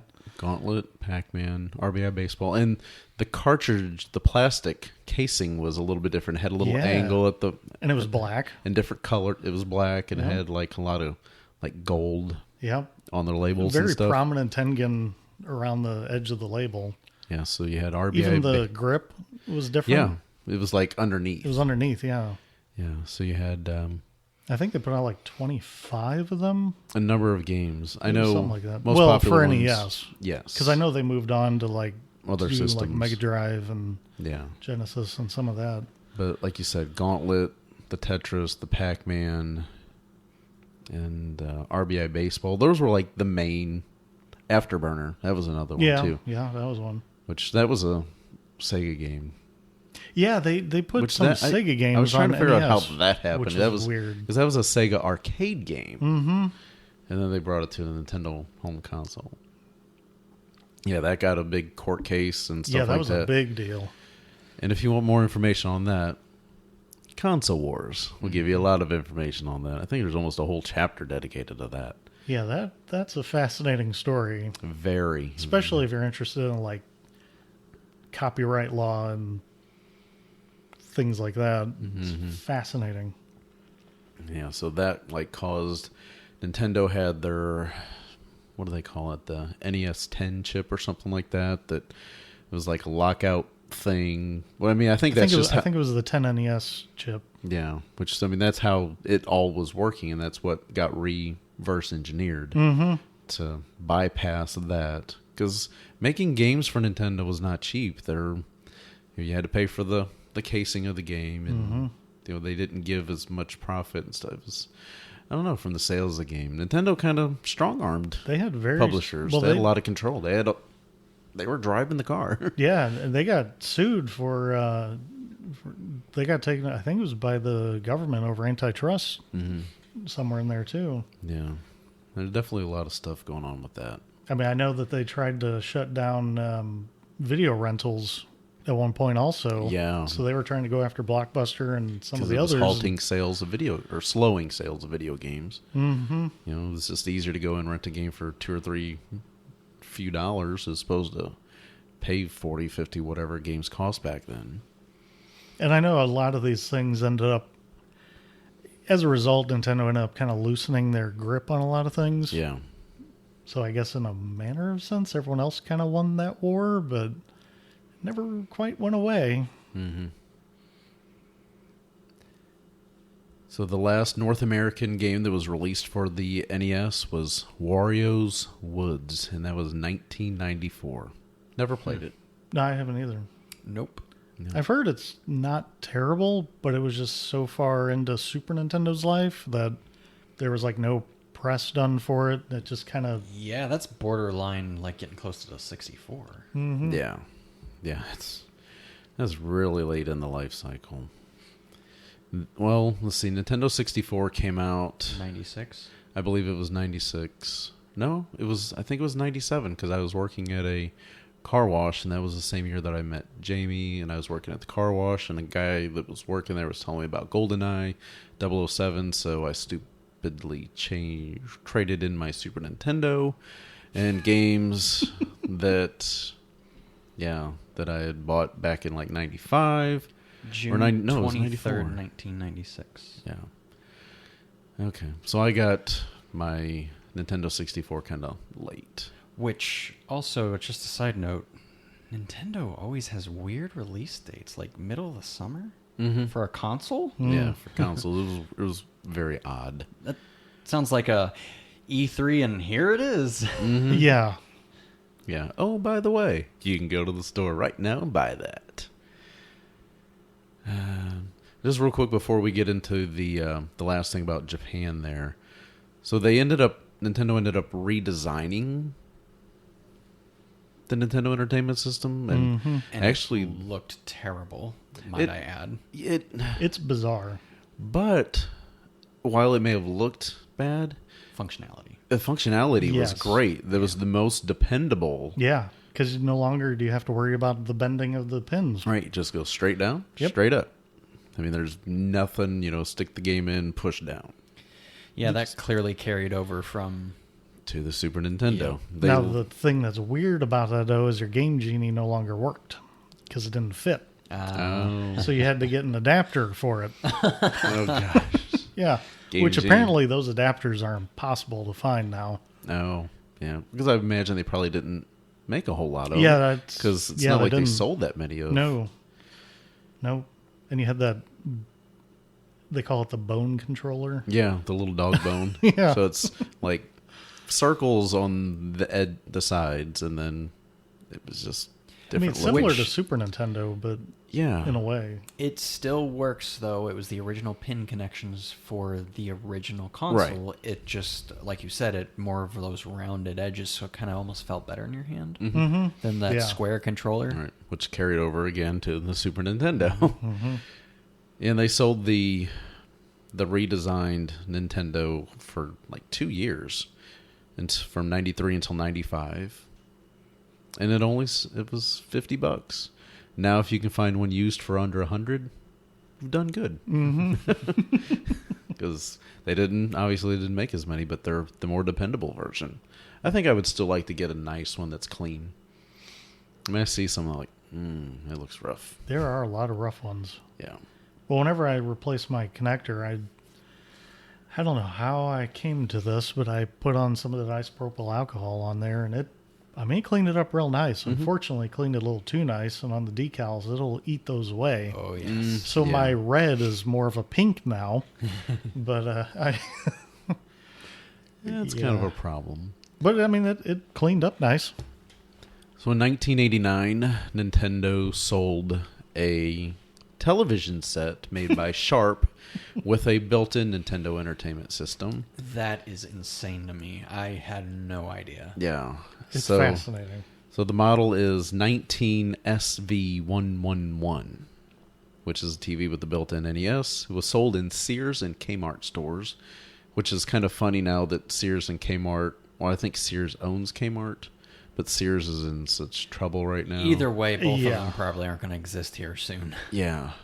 But if you can find one in good shape, which really the main issues with them now, because they didn't really make a whole lot of No. them because it was No. kind of an odd thing to do. It's like, why would I want that? Well, and it's also, if I remember correctly, it was top heavy. Yeah, which So is is there- why, yeah, if you didn't find... have feet on it. Yeah, it's like 4 different plastic feet, hard plastic. Mm-hmm. And, if it rocks forward a little too far forward or back, if you just, when you're setting it down, you could easily break those feet. Mm-hmm. Which is why if you can find one with all 4 feet intact, you've done good. It wasn't also. There was something else. It looks like it came with a black controller, which is kind of cool looking. Yeah, exactly. Which it's totally different. It's really cool looking if you can find one. Wasn't it more expensive than just getting them separate? Yeah. That's what I thought. And That they're might have had a bit to do with it. yeah, they're But very rare. Those home entertainment systems, that was the bee's knees. If you could have it all sleek, All in and, one. That's true. All in one. Yeah. That's true. Then have all these wires and all that stuff all Mhm. over the place. And there's like a switch to switch between the TV and Yeah, like an the input NES. kind of thing. Yeah.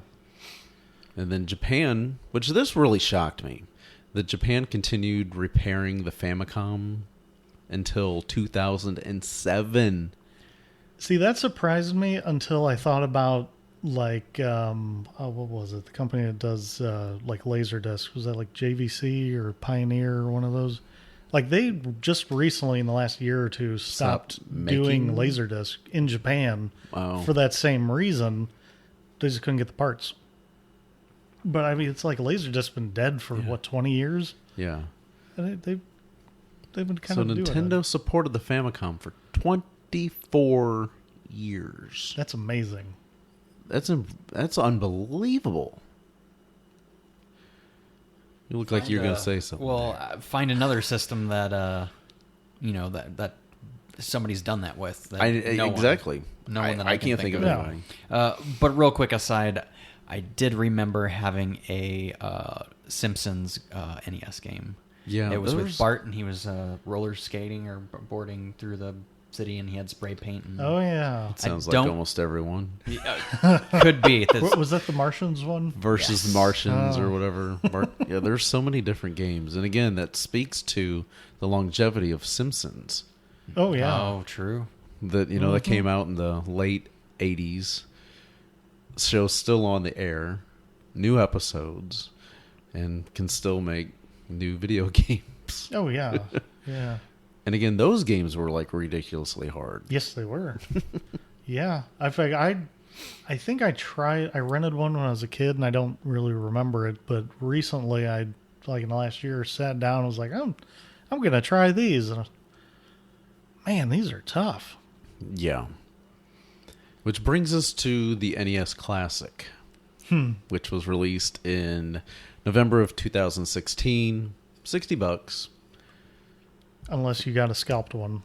Yeah, which thankfully they re-released in 2018, and now you just walk into a Target, Walmart, and you can find one for $60. Yeah. I mean, I even saw controllers and everything at Best Buy last time I was there. Yep, I actually seen a couple controllers at Target. I stopped by recently, $10. I mean, luckily I got a second controller back when it first came out. It was a few months after I got my console, but Amazon apparently found this secret stash and they made them available for 5 minutes, and I was able to snag one. So, but thanks to Hackchi, you could throw all your NES ROM games on there. If you got a ROM set, it was 700 something games, just throw it on there and play whatever game you liked that you never got a chance to beat or you rented and never owned. Good thing we grabbed those ROM games before Nintendo decided to... Yes, so please, Nintendo, don't sue us. Don't bring the show down. Well, to be fair, we don't distribute them. Nope. And I there's know so better. many that I remember seeing the cover art for. No idea what it was. Just oh, look at that. And then I never saw it again. Yeah, And but you because remember of the this- cover art. But I You're remember the cover art. oh my God, now I get a chance to play that. Yeah, and because of this, I was able to actually play some of them. Was it Star Tropic? Yeah, Star Tropic was... It's actually pretty fun. I really like that one. Always saw it in the video store, never picked it up. I never saw it there, but I always saw it in the Game Genie book. Oh, yeah. And I'm like, I wonder what that's about. It sounds too advanced for me. Yeah, just... I mean, it's so fun to be able to go back and play some... I mean, that's how I got introduced to Blue Marlin. You told me about it. I'm like, I'm going to try it. And it's like, this is pretty fun. I still remember the video that you guys sent to me. Yeah, I'm like, yeah, I got a fish. I was like, oh, they're enjoying the fishing, and I'm not. We're driving the little boat along. Yep. Trying to find out.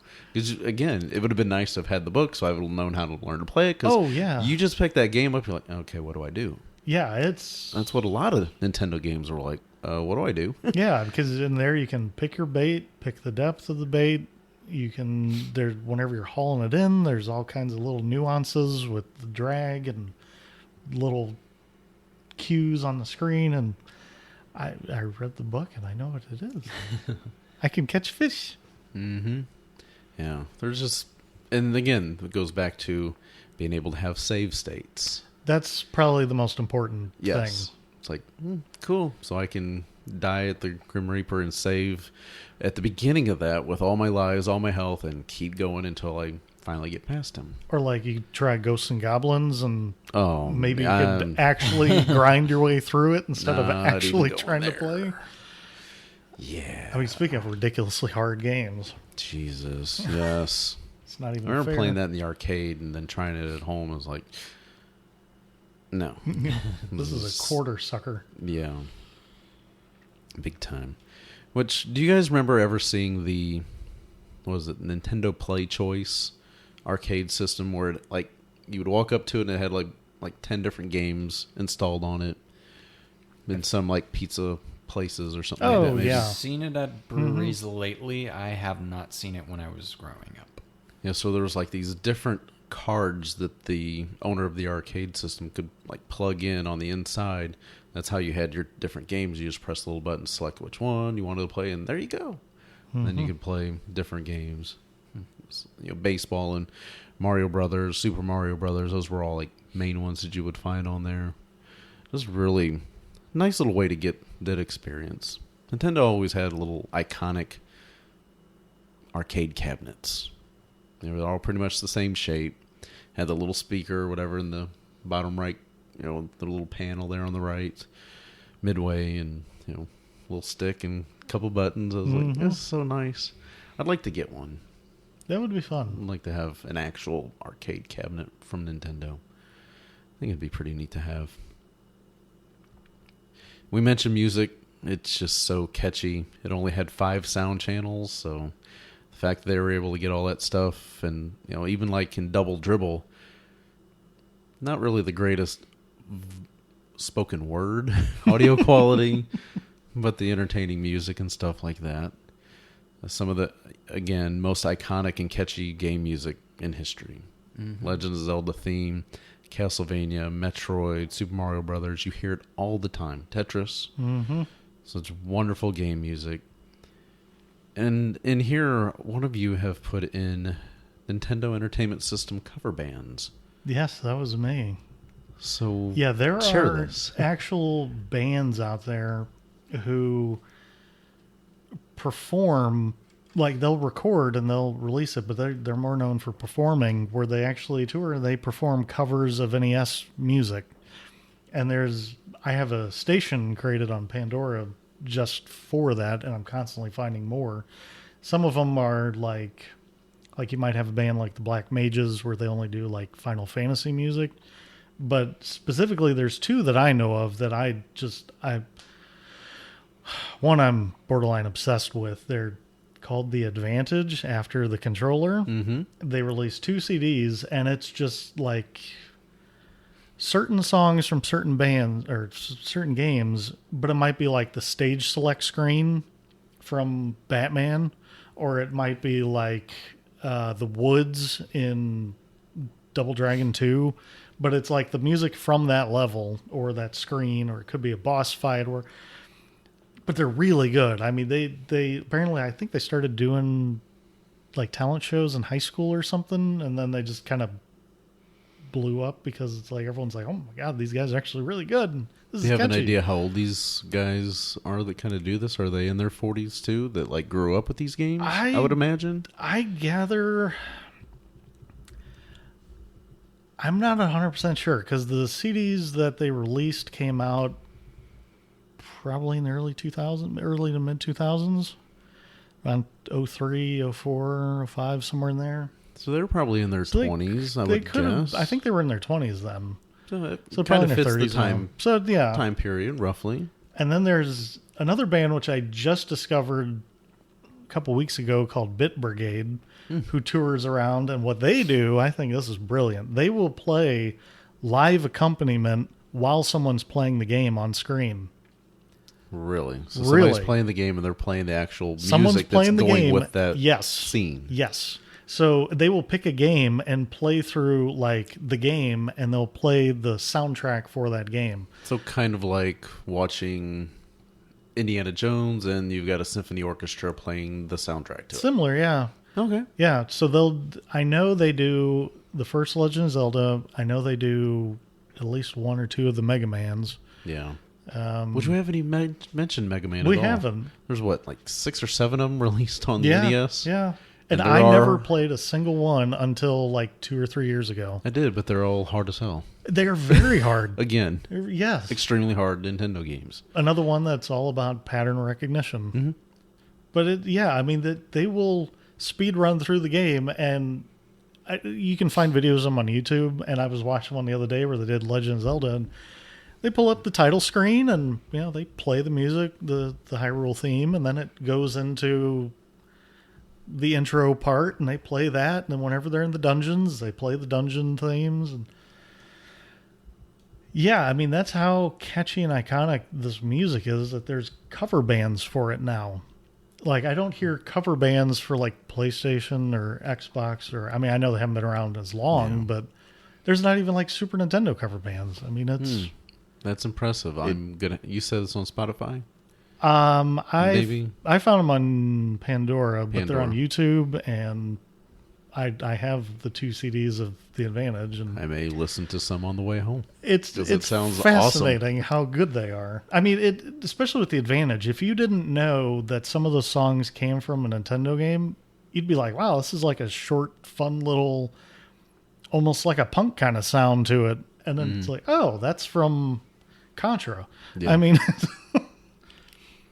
So I added Metroid Metal I forgot about them. because they do use some of the NES music as well as like other music from the other games, but essentially they kind of compile it. They've put out, I think, 3 albums now. The first one being Vera Suit, obviously, because of the different suits that Samus wears. And they metalize the sound, and it's pretty awesome. It's amazing. It does sound it's right up everything your I alley. want in life. It sounds like it. So, yeah, I had stumbled upon them, I want to say a good 10, 12 years ago. No, about 10 years ago. They're about 15 years old now, I think. Okay, So they've been around a while. They've been around for a little bit, but same thing. You can probably find them just about anywhere now, YouTube or wherever. Again, I went ahead and just purchased all the albums, so Wow, big fan. apparently. So moving into TV and film, obviously they had an impact because when you got something that's making money like Nintendo was, maximize your opportunity. Mm-hmm. So I already mentioned The Wizard that came out in 1989, stars Fred Savage, Beau Bridges, Christian Slater, or like 3 of the most well-known people in there. Jenny Lewis, she's in there as well. So she was a red-haired girl, child actor, but she still like sings and stuff like that these days because apparently she was in that Bill Murray Christmas special from this last year. Oh, wow. Which I didn't realize that until I was like looking at her IMDb. I'm like, no way. Seriously? It's like, what happened? Oh my God, she's still like doing stuff. It's impressive. And they mentioned some of the games they showed in there was TMNT, so Teenage Mutant Ninja Turtles, like the original one, Ninja Gaiden, not really sure. I think that's how you pronounce Ninja it. Gaiden. Ninja Gaiden. That sounds good. Let's just drop the A. Super Mario Brothers 2 and 3. And then they also showed like Rad Racer and a few other different games as well in there. Then probably one of the biggest like flops, I guess you would say, in movie history, and at least when it comes to this, you have such high hopes for a intellectual property like Super Mario Brothers. Mm-hmm. Bob Hoskins, John Leguizamo, Mario, Luigi, and Super Mario Brothers. Mm-hmm. Live action. Which, wasn't that done by Universal? That I'm not for sure. Sounds right. The same people who sued them for the supposed infringement on King Kong, Oh, which Donkey. Oh, yeah, that's they right. had King Kong. previously proved in a case in the 70s that King Kong was a open domain property. Therefore, their claim to this new case where they were trying to sue Nintendo fell flat and threw out of court. History of King Kong is another fascinating story. For a long time, nobody knew who owned the rights to it. But, yeah. I actually grew up liking this movie. Oh, my God. So Not many people can admit that. No. You can throw your hate over at me at holy_shadows on Twitter. Online, yeah. Feel free to trash me as much as you want. That's fine. I was a little child. I didn't know any better. Right. I didn't know better. However, I was very excited when it came on Stars, and I got to rewatch the movie, and I finally decided to tape it at one point. Ooh. So taping that yeah, mother. for those of you who don't know what tape is, it came before DVDs, which came before all the digital stuff. Which is before Blu-ray, which is before digital. Yeah. So it was released in May of 1993. Had a budget of roughly $42 million, and only made just under $21 million. Ba-bomb. I was so excited for that movie when I was a kid, and then I saw it, and I'm like, this has nothing to do with the game. Yeah. Dennis Hopper plays King Koopa. So it's not even Bowser. And there's Daisy. Then you had some of the Koopa kids, like Iggy and Spike. And so Toad was in here. And it's like, They even have Yoshi in a form. yeah. That's rough. So imagine Bob Hoskins. You're used to maybe seeing him in Where's Roger Rabbit? Or Who is Roger Rabbit? Or just the Roger Rabbit movie. And now you see him as Mario. Like, Yeah,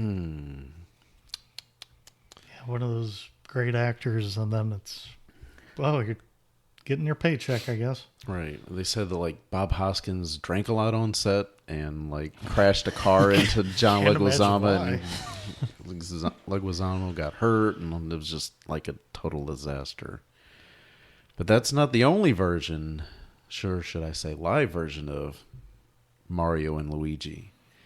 1989, so 4 years earlier, there was a Saturday morning cartoon featuring the voices of Captain Lou Albano, so well-known professional wrestling wasn't he a manager. wrestler? Yeah, Or a manager?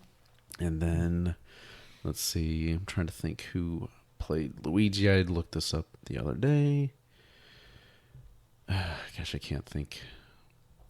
His name was Danny Wells. So if you've seen Three's Company, he was the Regal Beagle bartender. He played Luigi. So they did some live action stuff that would introduce the cartoon, and then they would voice Mario and Luigi. So you had popular people pop in the live action segment. Nicole Eggert, who was like one of the most beautiful girls back in the 80s into 90s. Roddy Piper, he made an appearance on there, and there's a bunch of different people would like pop in there. So kind of interesting stuff. Cassandra Peterson, better known as Elvira, she was in a couple episodes as herself. Let's see, Lyle Alzado, so a very well-known Los Angeles / Oakland Raider linebacker from way back. That show was just not very good. That No. was the bad one. Then they had a different one that was much better that I always looked forward to seeing instead of that one. They had some of it on Netflix, and I tried to sit through a couple, and I just It's couldn't rough. do it. It's hard. I It's could very not hard. do it. Then there was the Legend of Zelda animated series that came out in 1989. Talk about tough to get through. Yeah. Well, excuse me, princess. You're right. I also did not know that this one existed until the talks through Netflix of it coming back or whatever. And I was like, wait, coming back? I didn't know it was even a thing. Yeah. Try But to look up some clips on YouTube, Yeah. and you'll see why it's best to forget rough, about it. Rough animation. Yeah. Captain N, the Game Master, was from 1989 to 1991. So he's fighting Mother Brain, so from Metroid. So you might like this. Now I need to go find this. King Hippo is one of the minions on there, so that's from Punch Out. Simon Belmont is in here. Mega Man, Kid Icarus, and Game Boy, which is a giant supercomputer. So the Eggplant Wizard is one of the evil people, Dr. Wily from Mega Man, and so that, like I said, that ran for a few seasons. And then there was also the, let's see, what is it? Captain N and the new Super Mario World. That was in 91. So it was kind of like a mashup kind of thing of all these things. I don't remember ever watching any of this. No. And I have very faint memories of the Captain N the Game Master series. But I think, Brad, the show you were thinking of is The Adventures of Super Mario Brothers 3. Yep, that's animated the one. series. Loved it. From 1990. Fantastic. At least as a kid. I don't know if it holds up today. Yeah, makes you wonder. So, I mean, there's Princess Peach and I guess the Koopa Kids and it. Yeah, so that was just actually one season. Is all they did on that. Yeah, I'd like to see that. I'm sure I did see it at some point, but it's not really sticking out to me at all. And then there was the last thing, I think. So it's called like Video Power. Looks like it has He-Man or something. on the Video front there. Power was this really weird. So it had like 2 seasons, and each season was totally different. The first one was, I can't remember the guy's name, but he was this overly animated douche who kind of similar to it was similar to the Mario show, where it's like it was live action and he'd have like a cartoon and then he'd kind of wrap it up at the end, and the cartoon featured like characters from Nintendo games, but they were like kind of like the B or C list of characters. So it was like a dude from Narc, and Bigfoot was in there, and one of the basketball dudes, I think from Arch Rivals, was in there. Oh my God, what a game! And then they had someone from, I think it was Wizards and Dragons, maybe. But so that was like the first season. Second season, it became a game show, and he introduced the game show, but he was where his douchiness really shined. Oh, he's super douchey. Yeah, he's like animated and crazy, and all the kids look scared when they look at him. But they would have the thing that I remember, because I do remember seeing season 2 of it, and the only reason I remember it was because I wish I could be on there, because the winners got to run around and grab like NES games and equipment and things, and they would stick them on themselves. With like Velcro. There was and like stuff. Velcro Okay. stuff, and they had like a helmet. You could stick it on your helmet, on your vest, and all. And then if you got like a certain one, then you won like a big prize. And This sounds vaguely familiar. I don't know why, for some reason they did this, because it was so mostly attached with like Nintendo stuff. One of the things that you could win was like a Neo Geo, which I can't, like, Okay. I that don't know makes why, but No sense. But hey. yeah, I remember it was on in the mornings as opposed to on the weekends or in the afternoons, and like I kind of want to go back and laugh at this guy, because Yeah. the clips I've seen are he's kind of scary. In his super douchiness. He's over the top for sure. Just real quick before we move on to like the little next segment. In The Wizard, they kind of show a little bit about what was neat. The Nintendo that they had, where you had this 1-800 number you could call in for game tips. Oh yeah, they totally did. Yeah, so if you were stuck with a game, you could call this number and get tips for how to get through this. So you had, your little lifeline. I'm stuck on level 4 Castlevania. How do I beat this guy? Oh yeah, they had a news segment I saw on YouTube where they were doing a spotlight on that hotline, and it actually showed the people in the call center sitting there playing a game with their phone, talking to the, like, oh yeah, well here at level 9 you need to have this artifact, and then you need to do this thing and then jump, and like How do I get that job? the days before Exactly. the internet, man. Yeah, it's like, wow, that was really a cool service that they offered. I mean, that's genius. Pretty sure it got so popular that they had to discontinue it because they couldn't keep up with the cost that I it would imagine, That yeah. would took make to sense. run said Yeah. call center. 24-hour call center, probably. And I know those phone calls weren't short. No, it had to be quite a while. I'm on World 8. All right, give me about 2 hours. I'll get there. Yeah. Can I give you a call back? Yeah. What number can I call you back in if this gets disconnected? Yeah. And Nintendo was really good about like warranty repairs on console. They really stood behind their equipment. Well, especially I think a lot of that came from they didn't want a repeat of The Atari. earlier in the 80s. Yeah.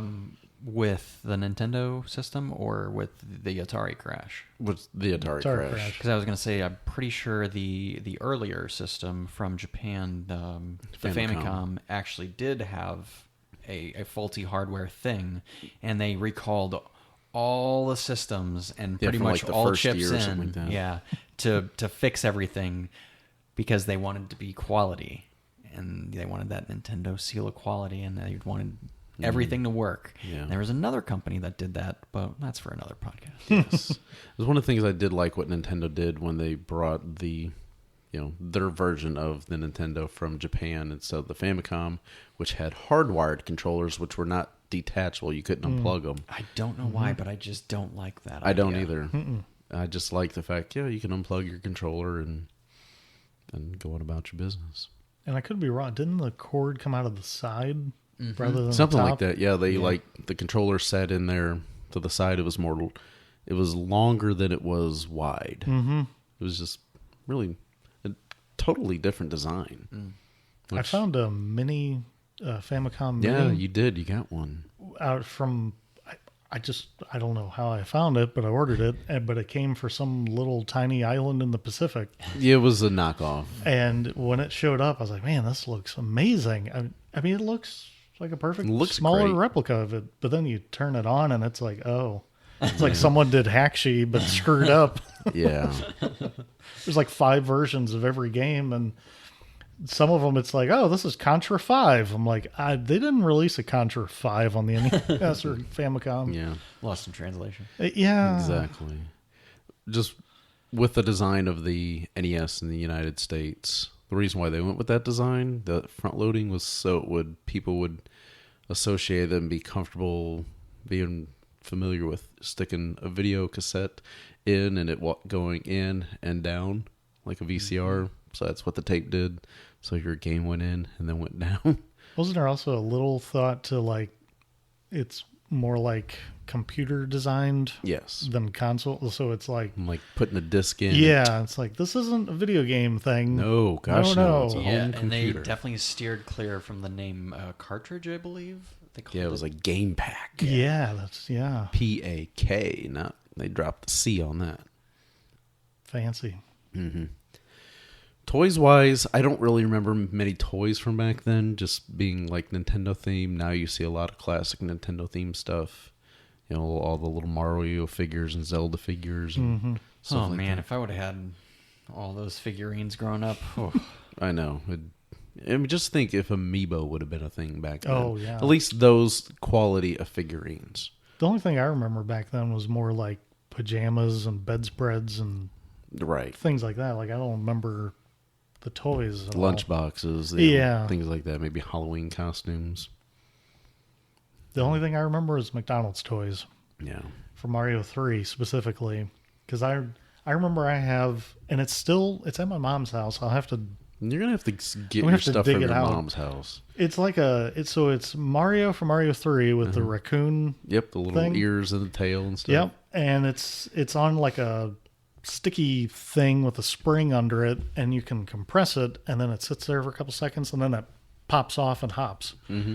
And I remember that came, and I was like, man, this is like a high quality thing for McDonald's toy. Right. Because, I mean, Raccoon Mario, you could fly. Yeah. You get running and he sticks his arms out and he starts taking off. Mm-hmm. Little tails fluttering in the back.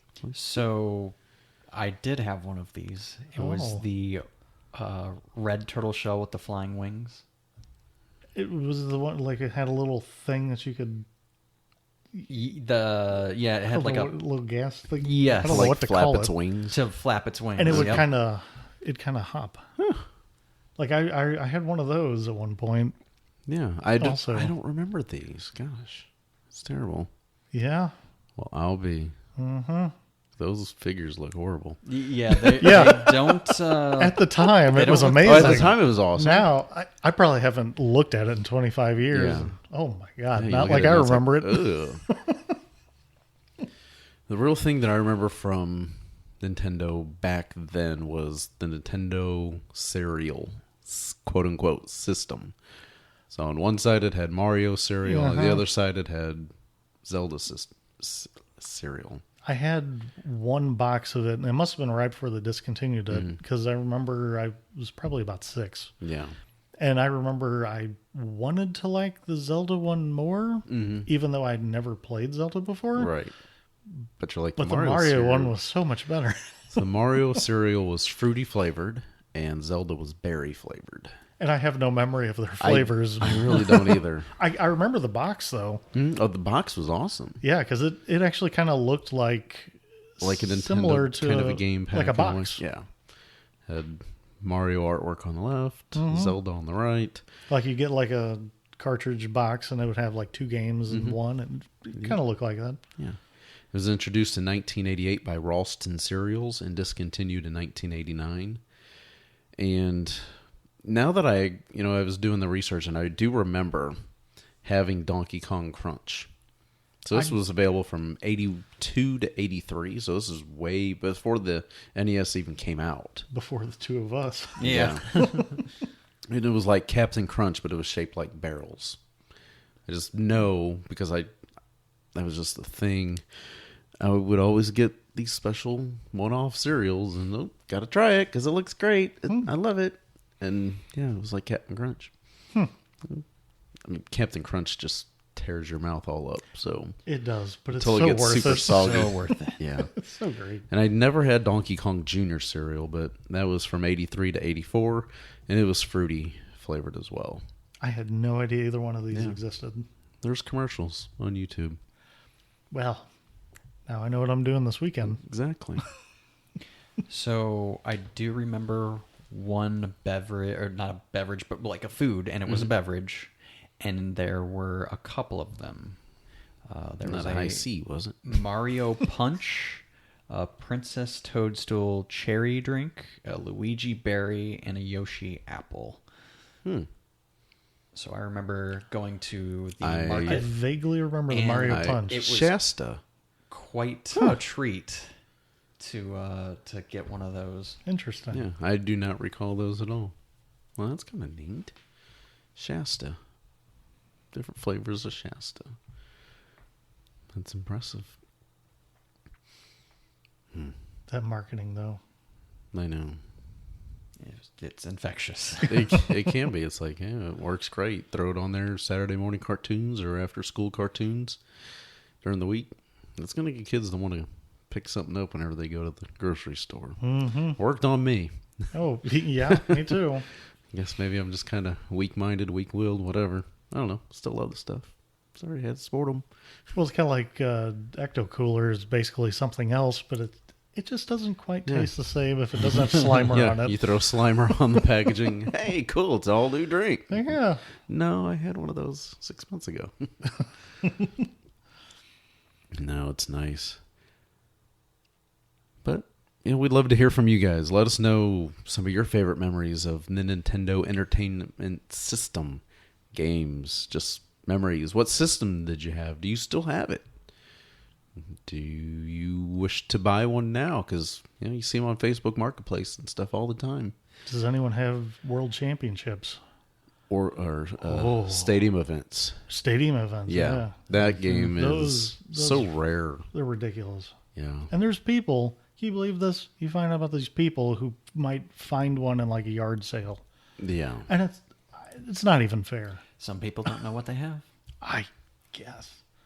Yeah, so stadium events, I think they made like roughly 10,000. We don't know how many copies of this.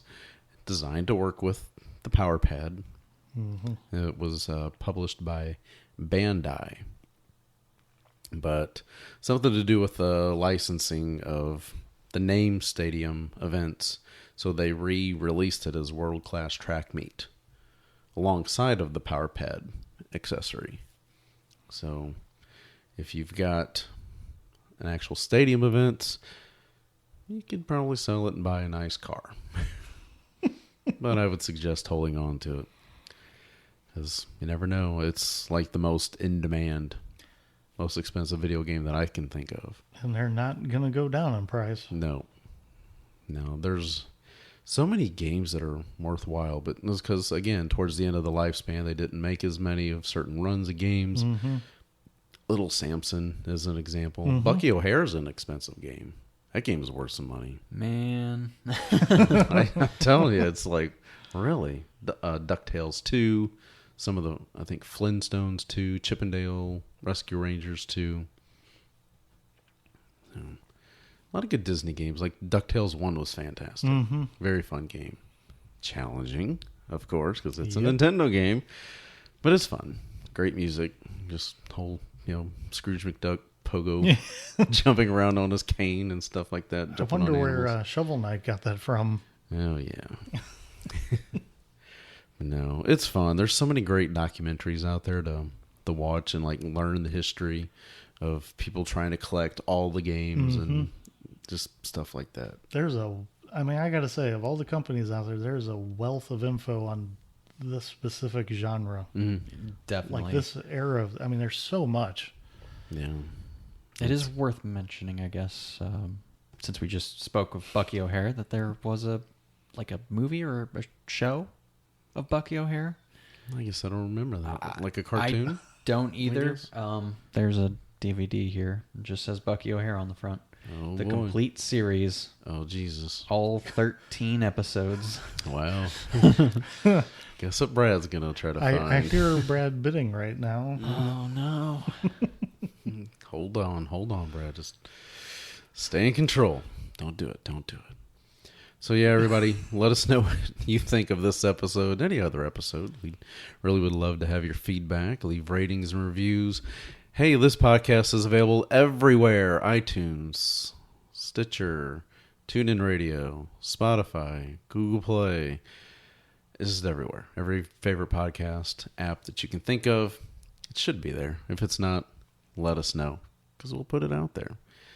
And join us in the Facebook group. Just do a search for Back to the Past podcast. If we get up enough members, then I can just simply do facebook.com/Back to the Past podcast or something like that. But until then, you have to search for it. So, Also, if we get enough members, maybe we can have a voting on we can start what doing the next episodes polls are. on that. After we record this, I think we're going to talk about just briefly what we think our next episode will be. I'll give you a hint. It's been mentioned in this episode. Oh, wow. Maybe. We'll see. Teaser. No, it's really been fun doing this. Been getting some good responses from some people that have been like, hey, finally finished listening to the show. Fantastic. And I know these are a little bit longer than normal, but hey, we're just doing one a month. Yeah. We can go a little bit longer, because you don't have to listen all at one time in one sitting. But hey, if you can, More power to you. exactly. Thank you so much for listening to us ramble on. So that does it for us. Make sure to check us out, Back to Past Pod, on Twitter, and also on Instagram at Back to Past Pod. And yeah, again, the Facebook group, just search for Back to the Past podcast. It's pretty much all that I can think of that we can throw that in there. May all your Nintendo Entertainment Systems not flash red. That you have no rage-inducing experiences from your NES games. So we're going to talk again soon, whenever we get back from the past. Delta Airlines just turned 100 and is already shaping the next century of flight with the Delta Sustainable Skies Lab. Here, they're building the future of flight. Think electric air taxis and next-gen aircraft aiming to cut fuel burn significantly. And this isn't just future talk. Today, their fleet of Boeing 737s have marine-like finlets designed to reshape airflow that reduces drag. The future of travel is more sustainable, and Delta's leading the way. Learn more at delta.com/sustainability.